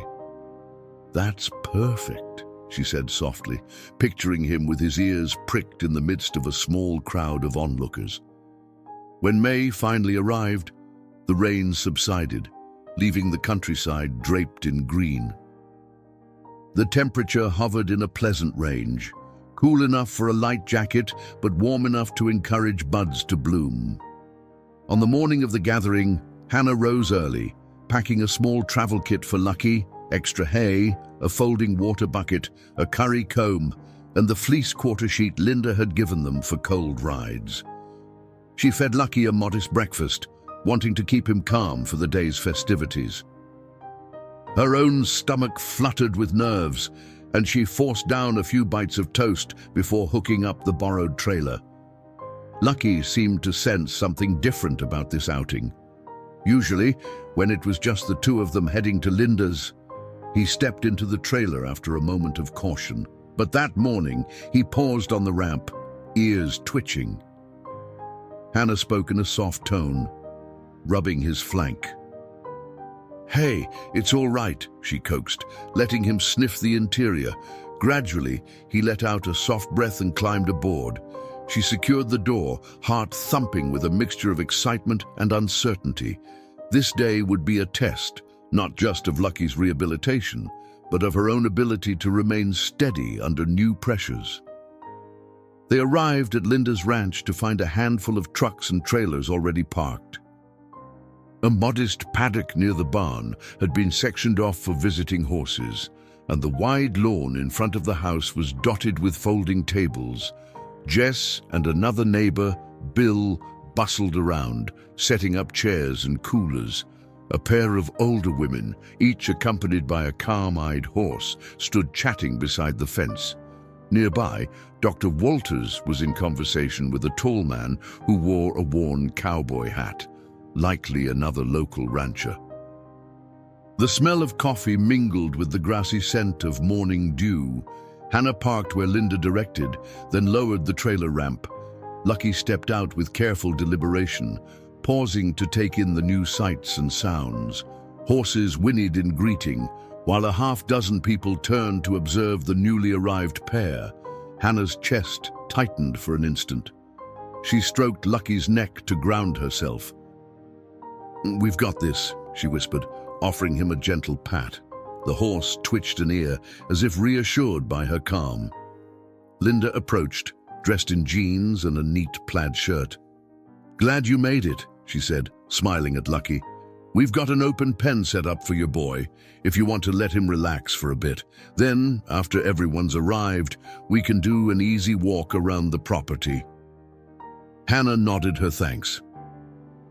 She led Lucky to the pen, greeting the other horses quietly as she passed. Some looked fresh off their own rescue journeys, thin scars, patched coats, or guarded eyes that hinted at rough pasts. Others wore healthy coats, but carried the subtle tension of animals still learning to trust. Watching them, Hannah felt a surge of empathy. Every horse here had a story like Lucky's, a testament to resilience in the face of neglect. Inside the pen, Lucky sniffed around, nibbling at a patch of grass. Hannah made sure he had water, then spent a moment brushing stray dust from his coat. The daisied halter hung from a hook on the trailer, ready if she needed it. She took a calming breath and made her way to the tables where Jess was arranging pastries, biscuits, and coffee urns. "Looks like a good turnout," Hannah remarked, surveying the small crowd. Jess nodded. "People appreciate seeing success, I guess, and they're curious. It's not often we gather like this to celebrate second chances instead of just trading or showing off." Over the next hour, more attendees trickled in, some with horses, others simply eager to meet these recovered animals and hear their stories. Dr. Walters took a small group on a tour of the paddocks, explaining basic signs of equine health. Linda busied herself directing parking and greeting guests. Her usual sternness softened into a welcoming energy. At one point, Hannah spotted her by Lucky's pen, murmuring something as she patted his shoulder. Whatever Linda said must have been comforting, because Lucky lowered his head, letting her rub behind his ear. Eventually, Linda called everyone together near a makeshift podium, a short stack of hay bales. Jess stood on one side, camera in hand, ready to snap pictures of the proceedings. Linda cleared her throat. "First of all, thanks for coming," she began. "We've got riders and horses here who've overcome all kinds of challenges. Some of you know I've been breeding quarter horses for a long time, but I started out in rescue work years back. I lost sight of that over time, but seeing these transformations, well, it's reminded me that there's a lot more to this life than ribbons and sales figures." She paused, scanning the crowd. "This day is about celebrating the progress you've made with your horses. And if anyone wants to share stories or show a bit of groundwork or even head out for a short ride, feel free." A ripple of applause spread through the small gathering. One by one, people introduced themselves and their horses, short anecdotes about starved arrivals who learned to trust again, or frightened horses that now navigated trails with confidence. When Hannah's turn came, her heart pounded. She glanced at Lucky, who watched from the pen. Clearing her throat, she managed a steady voice. I found Lucky at an auction where nobody wanted him. He was skinny, frightened, and nearly shut down. I didn't have a plan, just a feeling that he needed someone. With help from Dr. Walters, Jesse, and Linda, I've been learning to trust him as much as he trusts me. We're not finished, but he's given me more hope than I ever thought possible. I'm just grateful to be here today, showing that even the most overlooked horse can shine." She ended to appreciative applause and encouraging nods. A wave of relief washed over her as she stepped back, heat rising to her cheeks. Linda offered a small smile, a silent acknowledgement of how far Lucky had come. After a few more stories, Dr. Walters spoke about proper feeding and medical care for rescued horses, emphasizing the importance of patience. The crowd broke into smaller groups again, some drifting to the tables for refreshments, others wandering to greet different horses. Hannah joined Lucky in his pen, letting a few curious visitors approach him under her watchful eye. A while later, Linda suggested a brief trail ride for those who felt their horses were up to it. "We'll keep it short, maybe half an hour through the lower pasture," she said, scanning the participants. 3 riders raised their hands, including Hannah. While she felt a familiar rush of nerves, she also sensed Lucky was calm and ready. She saddled him with practiced efficiency, double-checking the girth and adjusting the reins. 2 other horses, a sturdy bay mare rescued from a breeding farm and a petite Palomino gelding that once had been abandoned, joined them at the paddock gate. Together, the little group headed out with Linda leading on foot, offering directions for the flat route. The first few minutes tested Lucky's composure. The unfamiliar horses, the mild commotion of watchers back at the barn, and the lingering sense of spring made him step high, ears flicking in all directions. Hannah kept her seat balanced, speaking in low tones each time he seemed to tense. Gradually, he matched the others' relaxed pace, nose dipping to investigate the occasional wildflower. Linda guided them over a shallow ditch, which the horses took in stride. Hannah felt relief and pride swirl together, thinking back to a time when even a creaking barn door could send Lucky into trembling fear. They rode until they reached a flat clearing where dandelions peeked through the damp grass. Linda waved them to a halt. "Let them breathe," she said, pulling a sugar cube from her pocket for the bay mare. Hannah patted Lucky's neck, amazed at how at ease he now appeared. The other riders exchanged smiles, a silent acknowledgement of the victories they had won. An idea flickered in Hannah's mind. The notion that Lucky, once so terrified, might one day help others believe in their own ability to overcome obstacles. She recalled the pamphlet Jess had given her about the therapy program. Maybe, in time, Lucky could find a new purpose, offering comfort to those who needed a gentle spirit to lean on. As they turned and made their way back, The horses spread out slightly, each rider letting their mount pick an easy pace. The sun slipped behind a thin veil of clouds, bathing the scene in soft light. Despite the bustle awaiting them at Linda's ranch, Hannah felt a deep calm settle in her chest. This moment, riding Lucky in the company of others who understood what it meant to start from rock bottom, was all she had dared hope for months ago. She could sense Lucky's stride beneath her, steady and sure, carrying them forward into a future that no longer felt bound by pain or uncertainty. When they returned, they were met with applause from those gathered near the barn. Jess snapped more photos, capturing Lucky's ears pricked forward in alert contentment. Hannah dismounted, her legs trembling slightly from the ride's mixture of exhilaration and relief. She guided Lucky to a water bucket, letting him drink while onlookers asked questions. How long did it take him to accept the saddle?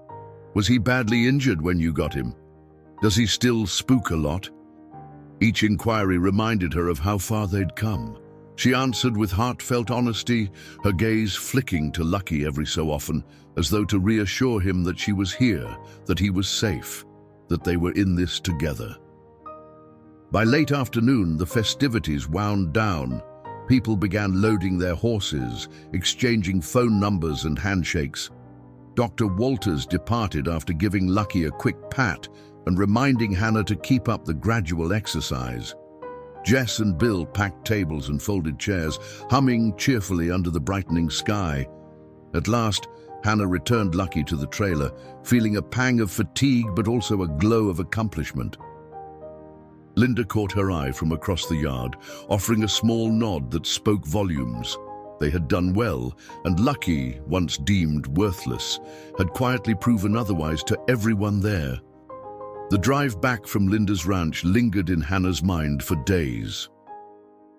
As she guided the truck along the winding road home, she replayed snippets of the event, Lucky's calm acceptance of the unfamiliar crowd, his easy stride alongside other rescued horses, and the myriad of hands reaching out to pat his neck. By the time she parked near her barn and opened the trailer door, dusk was settling over the fields in a hazy purple. Lucky stepped onto the damp ground with careful hooves, pausing to sniff the evening air. Hannah smiled, her chest swelling with gratitude at how composed he remained even after so many new experiences. Inside the barn, she removed his tack and brushed him thoroughly, taking extra care to check for any soreness. He seemed content, ears pricked forward, calmly lowering his head when she ran her hand along his withers. "You did great," she whispered, offering him a few carrot slices. He munched them quietly, each crunch echoing in the stillness. Though physically tired, Hannah felt a mental buzz, a gentle hum of accomplishment and renewed possibility. If a public gathering like that could end on such a peaceful note, perhaps their horizon was broader than she'd imagined. The next morning, she rose early, compelled by habit to check on Lucky before anything else. Her breath fogged in the crisp air as she crossed the yard. Sunlight glinted off patches of dew clinging to the grass, and when she reached the barn, Lucky greeted her with a soft nicker. She slipped inside his stall, feeling the comforting warmth of his presence. "Ready for breakfast?" she asked, and he bumped her arm as if in response.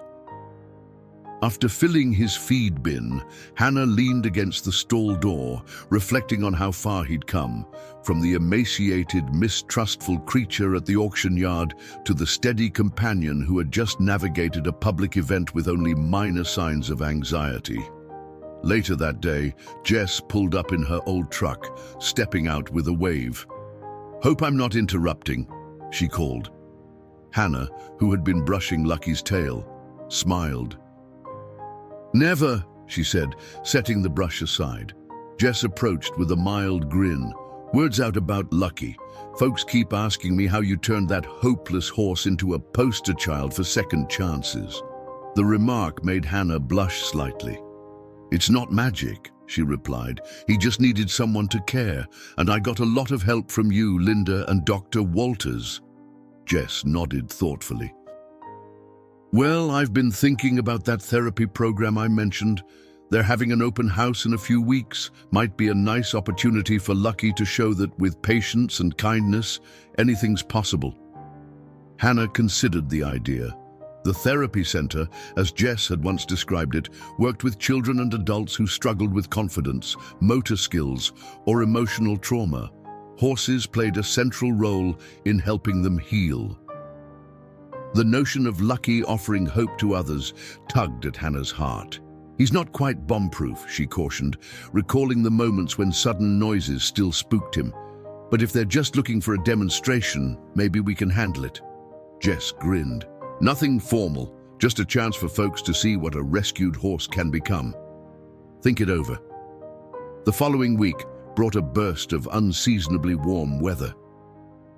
Grass sprang up in bright patches around the fence lines, and wildflowers peeked through the mulch by Hannah's porch. Each afternoon, she expanded Lucky's routine, introducing more challenging elements to keep his mind engaged. On one windy day, she scattered a few tarps around the round pen, letting them flap and crinkle so he could acclimate to strange sights and sounds. He danced sideways at first, ears pinned, but her steady voice guided him closer. Eventually, he walked over the tarps with cautious steps, testing them as though unsure if they'd bite back. Though far from fearless, he was learning to evaluate rather than simply panic. One quiet afternoon, Hannah took Lucky for a leisurely ride through a narrow trail that skirted a creek. The water meandered alongside them, shimmering in the sunlight. As they traversed a gentle slope, Lucky stumbled slightly, huffing in surprise. She leaned forward, soothing him with soft words. He regained his footing, snorting as if chastising himself for the misstep. A few moments later, they rounded a bend and spotted a deer bounding away, its hooves clattering on rocks.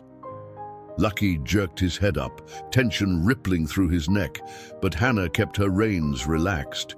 "Easy, boy," she murmured, and to her relief, he simply stood, watching the deer vanish into the pines. They finished the ride under a canopy of whispering leaves, the sunlight dappling Lucky's coat in shifting patterns of gold. Back at the barn that evening, she dismounted with a sense of cautious pride. Every moment of uncertainty Lucky faced and overcame felt like another page turned in his long journey toward trust. She patted his shoulder, quietly marveling at the partnership they'd forged. When she led him into his stall, he turned to gaze at her with eyes that seemed calm, even wise. "You do great at that therapy event," she found herself saying, recalling Jess's invitation. He offered no verbal answer, of course, but the gentle sway of his tail and the soft exhale that followed felt like agreement. 2 days later, Hannah picked up the phone and dialed the therapy center's number. A cheerful voice answered, introducing herself as Tessa, one of the program's coordinators. Hannah explained Lucky's story in brief, how he was once neglected but had been slowly rehabilitated. Tessa's enthusiasm shone through the receiver. "We'd love for you to visit," she said. "We have an open house in a couple of weeks where we invite families, potential volunteers, and supporters to see the horses.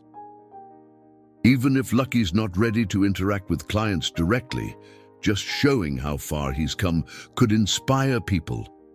Hannah felt her pulse quicken at the thought. "That sounds wonderful," she managed, feeling a strange blend of excitement and nerves. They agreed on a date, exchanged details, and hung up with mutual eagerness. In the days that followed, Hannah upped Lucky's exposure to new objects and scenarios, hoping to prepare him for the bustle of an open house. She borrowed lawn chairs from a neighbor, setting them around the round pen while Jess and Linda clapped or moved unexpectedly. Lucky startled a few times, but Hannah was patient, offering gentle corrections and plenty of reassurance. She draped him in bright ribbons as a playful exercise, letting him experience the fluttering shapes near his face. He tolerated the ribbons well enough, though when one slipped under his chin, he jerked back, eyes wide. Each small scare was followed by a calm regrouping. Hannah never let him linger in the fear, guiding him toward the moment when he realized nothing would harm him. Linda stopped by one afternoon, carrying a bag of carrots. She observed Lucky's practice sessions, eyebrows lifting when he bravely navigated a path lined with wind-blown plastic bags. "He's come so far," she said, shaking her head in astonishment. "I wouldn't have believed it if I hadn't seen it myself." Hannah chuckled, leading Lucky around the perimeter of the pen. "Honestly, I feel the same way sometimes, but he keeps surprising me." They spent a while discussing feed adjustments and supplements. Linda encouraged Hannah to maintain a light exercise schedule, especially with the open house looming. "Keep him flexible," she advised. "The calmer his body feels, the calmer his mind will be." The day before the event dawned bright and clear, a warm breeze ruffling the new grass. Hannah woke early, feeding Lucky and then turning him out for a relaxed graze. As she watched him roam the pasture, muzzle dipping into the fresh greenery, her mind wandered to all the twists in fate that had brought them here. Her impulsive decision at the auction, the slow process of trust, and the sense of wonder she still felt whenever he overcame an old fear. The therapy center's open house would be their first step into a broader world. If all went well, perhaps Lucky's story could bring hope to people who needed it most. Jess arrived mid-morning, helping Hannah load the trailer. They double-checked everything: Lucky's grooming supplies, the daisied halter, a cooler of water, extra hay. Hannah even packed a few lightweight props, a plastic ball, a small tarp, to demonstrate how Lucky handled unfamiliar items. She knew the therapy center might find those demonstrations helpful. Once again, Lucky climbed into the trailer without too much hesitation. Though he shuffled a bit once inside, Jess stood by the side door, speaking soothingly to him. When he settled, they closed the trailer, shared a nod, and set off. The drive took just under an hour, winding through a patchwork of farmland before merging onto a straight stretch of road that led to the outskirts of town. Hannah felt a fluttering in her stomach, recalling how Lucky had reacted at the big gathering. Would the therapy center be too overwhelming? She forced herself to breathe deeply, reminding her racing thoughts that he'd come through bigger tests before. Beside her, Jess thumbed through a small folder of notes, occasionally tapping a page. "Tessa said they'll have some volunteers to help direct us where to park," she reported. "They've got an outdoor ring where you can demonstrate how you've worked with Lucky. It's fenced, so you won't have to worry about him bolting if he gets spooked." When they arrived, the therapy center sprawled before them like a welcoming retreat, complete with a modest barn, a clean outdoor arena, and a field dotted with shade trees. Posters hung near the entrance, displaying photos of smiling children on horseback. Hannah's breath caught at the sight of a young girl hugging a sturdy paint gelding, both wearing expressions of pure joy. Could Lucky one day bring that same light to someone else's life? The possibility felt as vast and open as the sky overhead. True to Tessa's word, a volunteer waved them to a designated parking area. Hannah hopped out and lowered the trailer ramp. Lucky peered out, ears shifting at the new smells and sounds. Voices drifted from the arena, interspersed with laughter and the soft neighs of resident horses. A few visitors milled about, scanning brochures or leaning on the fence rails. With Jess's help, Hannah guided Lucky onto the gravel, letting him stand for a moment to take in his surroundings. He tossed his head, tension rippling down his neck, but he held steady. Tessa appeared, an energetic woman with a short ponytail and a wide smile. She extended her hand to Hannah, then Jess. "We're so happy you could make it," she said, her gaze flicking to Lucky. "He's beautiful. Hard to imagine he was ever unwanted." The compliment warmed Hannah, but she kept one eye on Lucky, ready to calm him if he spooked. "Thanks for having us," she said. "We're here to show how patience and consistency can transform a horse's life." They led Lucky to a small pen adjacent to the arena, where fresh water and a pile of hay waited. While Jess helped secure the gate, Tessa explained how the open house was structured. Small groups circulated around different stations, learning about grooming, tack, horse behavior, and the therapeutic exercises offered by the center.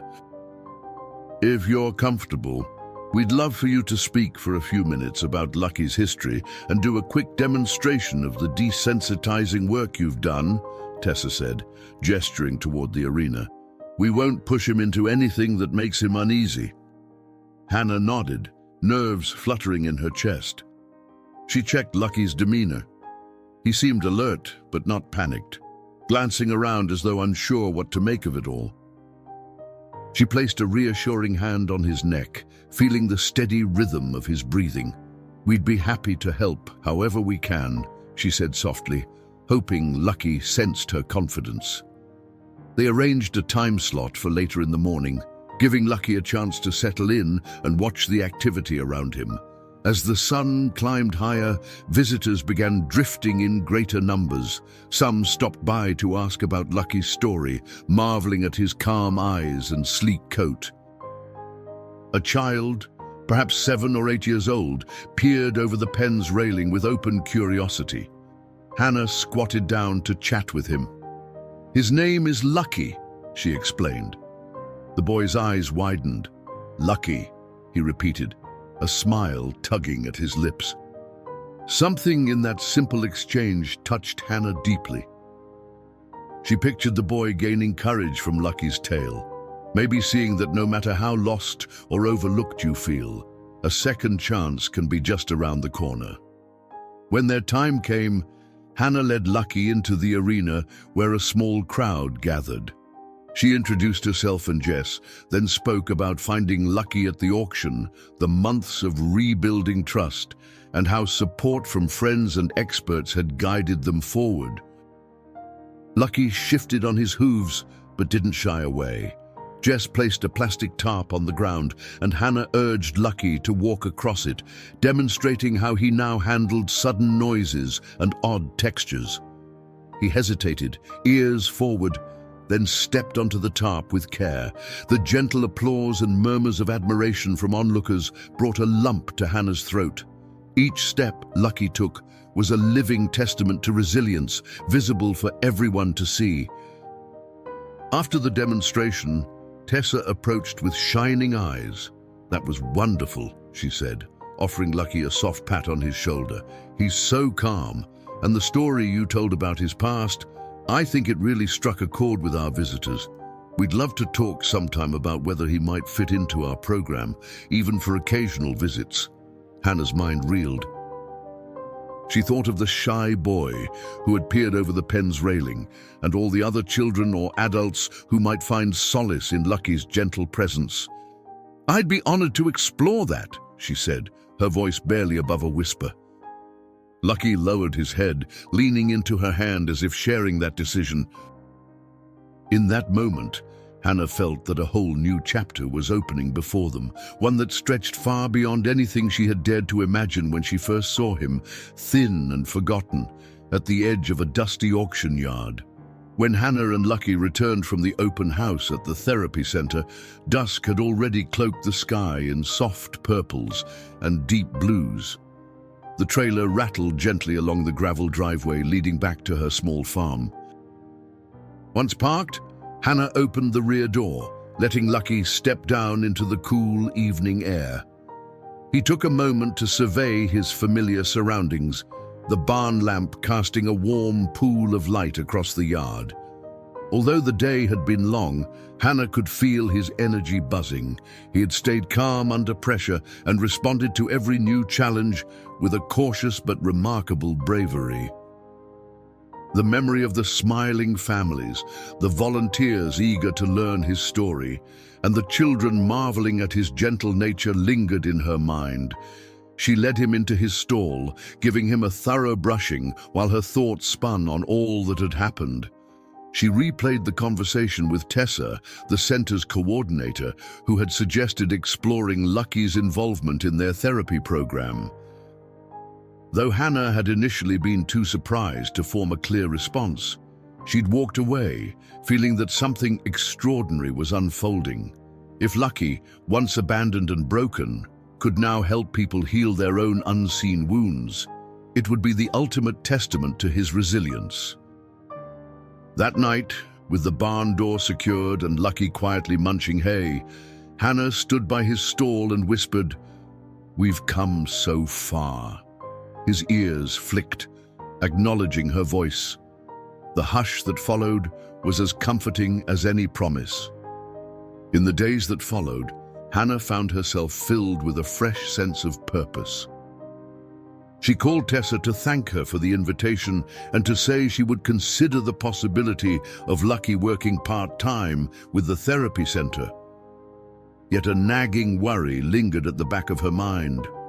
Lucky's past trauma could still resurface unexpectedly.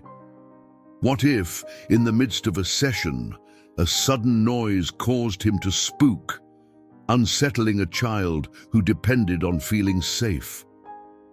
To address her worries, Hannah continued exposing Lucky to new environments, new props, and varied routines. She'd ride him at different times of day, sometimes at sunrise when shadows stretched long, sometimes at twilight when nocturnal creatures stirred. Each session tested his adaptability, and each time, Lucky met her halfway, his trust in her growing deeper. Linda and Jess remained vital supports in this new chapter. On a mild afternoon, they both arrived for a group ride. Jess led a rescued paint mare named Blossom, while Linda rode her reliable quarter horse, Misty. Hannah saddled Lucky with practiced ease, noticing how his ears flicked between the other horses without tension. Once, such a gathering might have made him anxious, but he had learned to read the calm energy of those around him. The trio set off along a winding trail that climbed a gentle slope, passing a shallow stream before looping back through a cluster of birch trees. Birds flitted overhead, and the canopy above shimmered in the breeze. Halfway through the ride, they paused beside the stream to let the horses drink. Linda turned in her saddle, eyes drifting from Misty to Lucky. "Do you ever think about what he might have been before?" she asked. Her tone was thoughtful, not critical. Hannah considered it. "Sometimes I picture him as a hard-working ranch horse or maybe a show prospect who got pushed too hard. His scars suggest rough use, but the exact details are a mystery." Jess patted Blossom's neck and interjected, "If only they could talk, right?" Hannah nodded, watching Lucky's reflection in the moving water. "But even without words, he's shown me who he is now. That might matter more than where he came from." Back at the barn after the ride, Linda approached Hannah with a gentle expression. "You know, I've never told you how much your dedication has reminded me to keep believing in rescue work," she admitted. "It's easy to focus on breeding top-notch horses and forget the ones that slip through the cracks." Her gaze flicked to Lucky, who stood dozing in a patch of sunlight. "Seeing how far he's come," she trailed off, but Hannah understood. She gave Linda a friendly pat on the shoulder, quietly grateful for her honesty. A few days later, Hannah and Jess drove to the therapy center to watch a session in progress. The staff had invited them to observe the gentle work they did with children who had developmental or emotional challenges. Sitting on a wooden bench at the edge of the arena, Hannah witnessed how the therapy horses, calm and steady, allowed hesitant children to touch their manes and lean against their broad sides. A girl who had been too shy to speak eventually murmured a greeting to the placid gelding she was brushing. Another child clung to the reins, guided by a therapist, a look of awe shining in their eyes. Hannah felt tears prick her own as she pictured Lucky in such a scene, his history mirroring the children's journey from fear toward trust. In the stable afterward, Tessa greeted them with excitement. "We'd love to have Lucky here occasionally. even if just for the kids to learn about caring for a rescued horse," she said, leading them down the aisle to meet a sweet-natured pony. "He doesn't have to give rides right away." Just being around him could open a window for them, showing them that healing happens on both sides can be powerful. Hannah's heart fluttered with both anticipation and concern.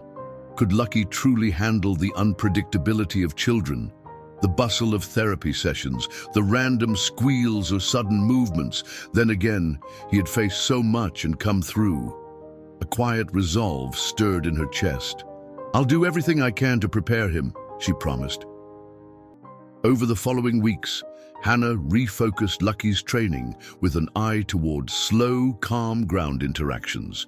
She set up a small corner in her barn with bright-colored cones and balls, introducing them as objects of curiosity rather than threats. Then she invited a few friends with children to visit, letting the kids gently approach Lucky, always under her vigilant gaze. The horse's reactions were guarded at first. If a child squealed or darted unexpectedly, his ears would flick back, muscles tensing. But Hannah stayed close, softly reminding him he was safe. And eventually, he would lower his head to sniff the newcomer's outstretched hands. One breezy afternoon, a neighbor's young daughter named Katie came by, clutching a stuffed horse in her arms. Katie had wide brown eyes and a cautious manner, her steps tentative. Hannah knelt beside her, whispering, "Lucky won't hurt you. He's gentle. You can pet his shoulder if you like." The child hesitated, then reached out, trembling fingers grazing Lucky's coat. The big chestnut blinked, then gave a half snort of mild surprise. Katie's eyes lit up. "He's so soft," she exclaimed, laughter bubbling from her lips. Hannah noticed Lucky flick an ear as if curious about the sound, but he stayed still, making no attempt to pull away. Watching that trust blossom between them filled Hannah with a surge of quiet joy. Not all interactions went so smoothly, though. On a particularly windy day, a sudden gust slammed the barn door, causing Lucky to jerk sideways just as a teenage boy was about to pet him. The boy leapt back, startled, and Lucky's eyes widened in apology. Hannah rushed over, arms outstretched, her own heart pounding. Though no one was hurt, she saw the boy's face pale. She soothed Lucky first, then explained to the teen how horses spook at sudden noises. The boy eventually relaxed and approached Lucky again, and the horse lowered his head in a gesture of calm. That small mishap reminded Hannah to remain vigilant. Trauma left echoes, and those echoes could stir at unexpected times. Finally, Tessa invited Hannah and Lucky to an informal practice session at the therapy center, where a handful of staff would pretend to be participants.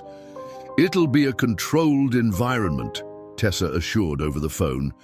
"If Lucky does well, we'll consider having him come once or twice a month for real sessions." Hannah agreed.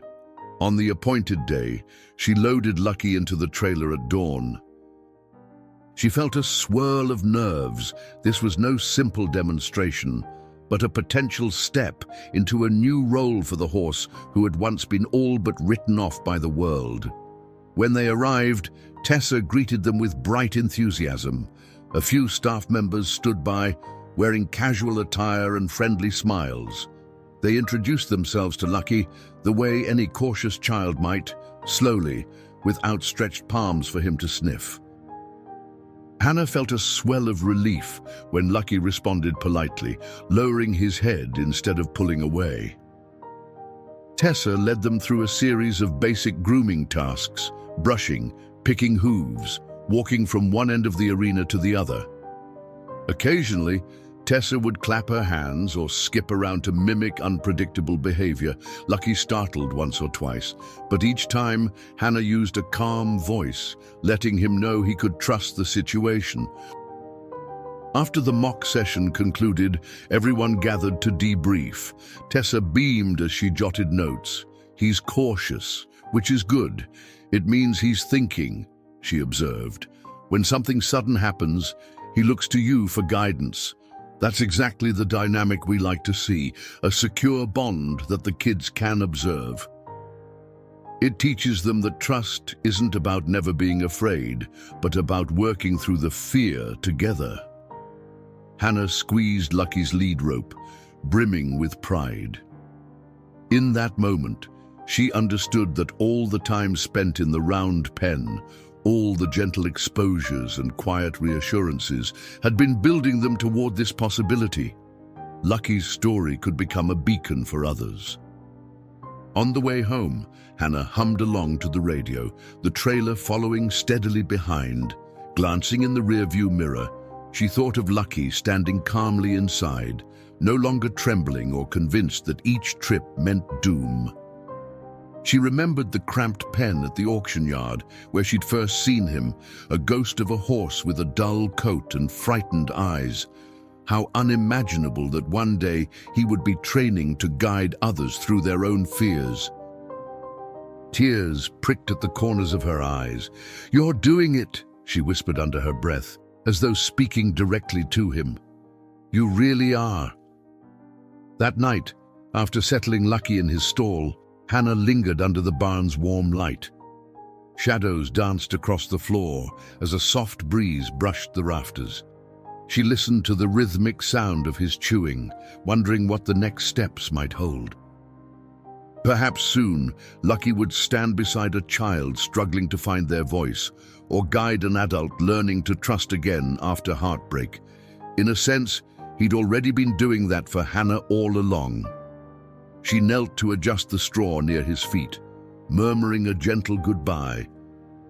He turned his head toward her, flicking an ear, and as she switched off the barn light, she felt a deep certainty that their greatest accomplishments were yet to come. Summer arrived in a rush of bright mornings and balmy afternoons, transforming the fields around Hannah's farm into lush tapestries of wildflowers. After months of steady training, Lucky's involvement at the therapy center had grown beyond simple demonstrations. Twice a month, Hannah hauled him to the facility where small groups of children eagerly lined up to stroke his coat or watch him navigate obstacle courses. Each session brought a hum of wonder from kids who learned that this calm horse had once been neglected. They asked if he ever got scared, and Hannah would explain how trust worked both ways. Eventually, Lucky was comfortable enough to allow one or two of the most confident children to sit gently on his back, their eyes shining with triumph as he stood quietly beneath them.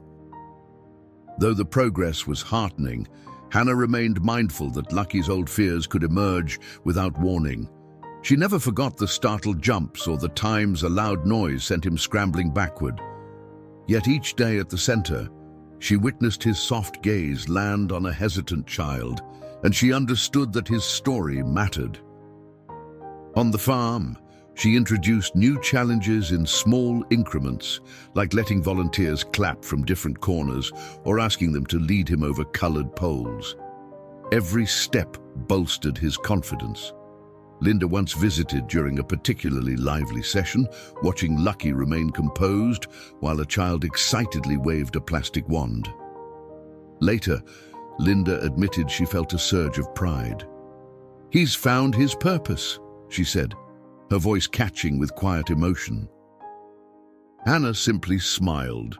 One balmy afternoon, Tessa announced a special visitor, a local journalist interested in featuring the therapy program.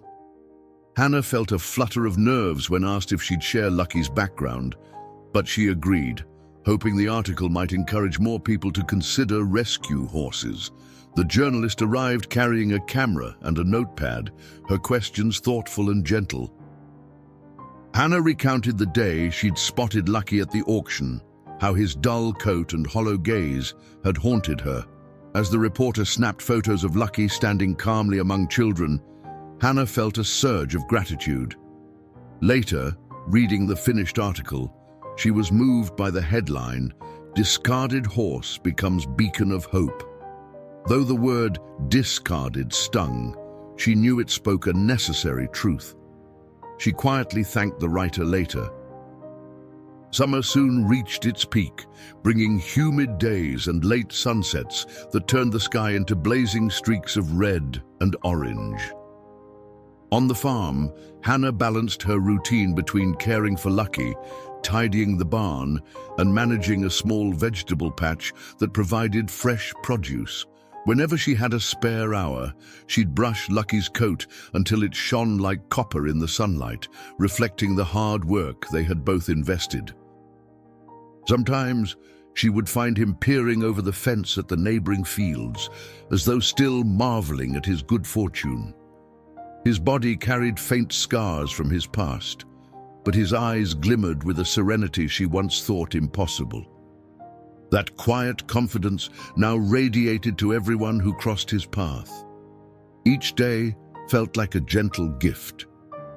Late one Sunday, Dr. Walters paid a surprise visit. Eager to check how Lucky's joints were handling the increased activity, she found him grazing in the pasture, muscles noticeably stronger under his gleaming coat. After a careful examination, she smiled. "He's in fantastic shape," she told Hannah. "Whatever you're doing, keep it up. I can hardly believe this is the same horse we saw a year ago." Relief and pride swelled in Hannah's chest. As Dr. Walters packed her tools, she added a gentle warning: "Keep an eye out for signs of stress. Even a healthy horse can regress if pushed too far." Hannah nodded solemnly. She knew Lucky's scars ran deep, and while his progress was undeniable, true healing was always a fragile triumph. She vowed to stay vigilant. Summer drifted into mellow afternoons, and the therapy sessions continued to shape Lucky's role in the program. He wasn't a full-time therapy horse. Hannah feared placing too much pressure on him, but his visits became a highlight for many participants. Children who initially trembled at the sight of a large animal began walking beside Lucky, matching their footsteps with his gentle pace. Teenagers battling self-doubt found comfort in brushing his mane, confiding their worries to ears that never judged. Occasionally, older adults in recovery from illness would stand at the fence, smiling through tears when Lucky ambled over for a soft nuzzle. Each of these moments reaffirmed Hannah's decision to trust his ability to heal not only himself, but also the hearts of others. With every session, his gentle spirit shone brighter. Linda often watched from the sidelines, reflecting on how her initial skepticism had melted away.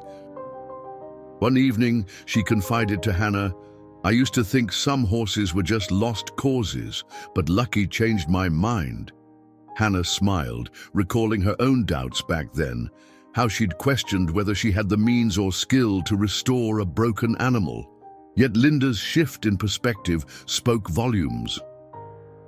Their small community had begun to champion the idea that every horse deserved a chance, and the therapy center's success stories further emphasized that belief. Jess captured countless moments on camera. Lucky lowering his head to meet a timid child's gaze, or standing patiently as a volunteer draped him in colorful ribbons. Each snapshot whispered a message of hope. Hannah felt endlessly grateful too. Late in August, the therapy center organized a small showcase to celebrate its horses and volunteers. Families arrived with picnic blankets, filling the grassy lawn with laughter. Local musicians played gentle tunes, and children clustered around stalls, hoping for a glimpse of their favorite horses. Hannah and Lucky were invited to demonstrate a short obstacle course, highlighting how a once terrified animal could now calmly step over poles, move through a maze of cones, and even tolerate a clanging bell at the finish. The applause that followed wrapped Hannah in a swell of emotion. She thought back to the day she'd guided him off the trailer, underweight and trembling, never imagining this future. As Lucky stood before the crowd, head high, it felt like a quiet triumph. Jess snapped more photos. In the flurry of that day's festivities, Hannah was approached by a young woman named Melanie. Nervous but determined, Melanie spoke about her own battles with anxiety and how watching Lucky's journey had inspired her. "I'm seeing that it's never too late to heal," Melanie confessed, tears brimming. Hannah rested a comforting hand on her arm. "We all carry scars," she said softly, "but sometimes showing up for each other helps us remember we're not alone." Later, as they shared a moment with Lucky, Melanie stroked his mane, her breath steadying with each gentle motion. Hannah realized, not for the first time, that Lucky was more than just a saved horse. He was living proof that broken spirits could mend and even lead others toward hope. She silently thanked him again. As dusk settled over the farm that night, Hannah walked Lucky to his stall with unhurried steps, reflecting on the countless challenges they had overcome together. She remembered the auction yard, the mocking whispers, and the trembling horse nobody wanted. Now, through patience and unwavering faith, he had bloomed into a symbol of renewal. Standing in the barn's warm glow, she felt his quiet presence beside her, as tangible and comforting as a friend's hand. Tomorrow would bring more rides, more therapy sessions, and more instances where Lucky might help someone believe in their own strength. Neither of them was perfect, but that had never been the point. They were a testament to what trust could accomplish. And so their story continued, one gentle step at a time, still growing.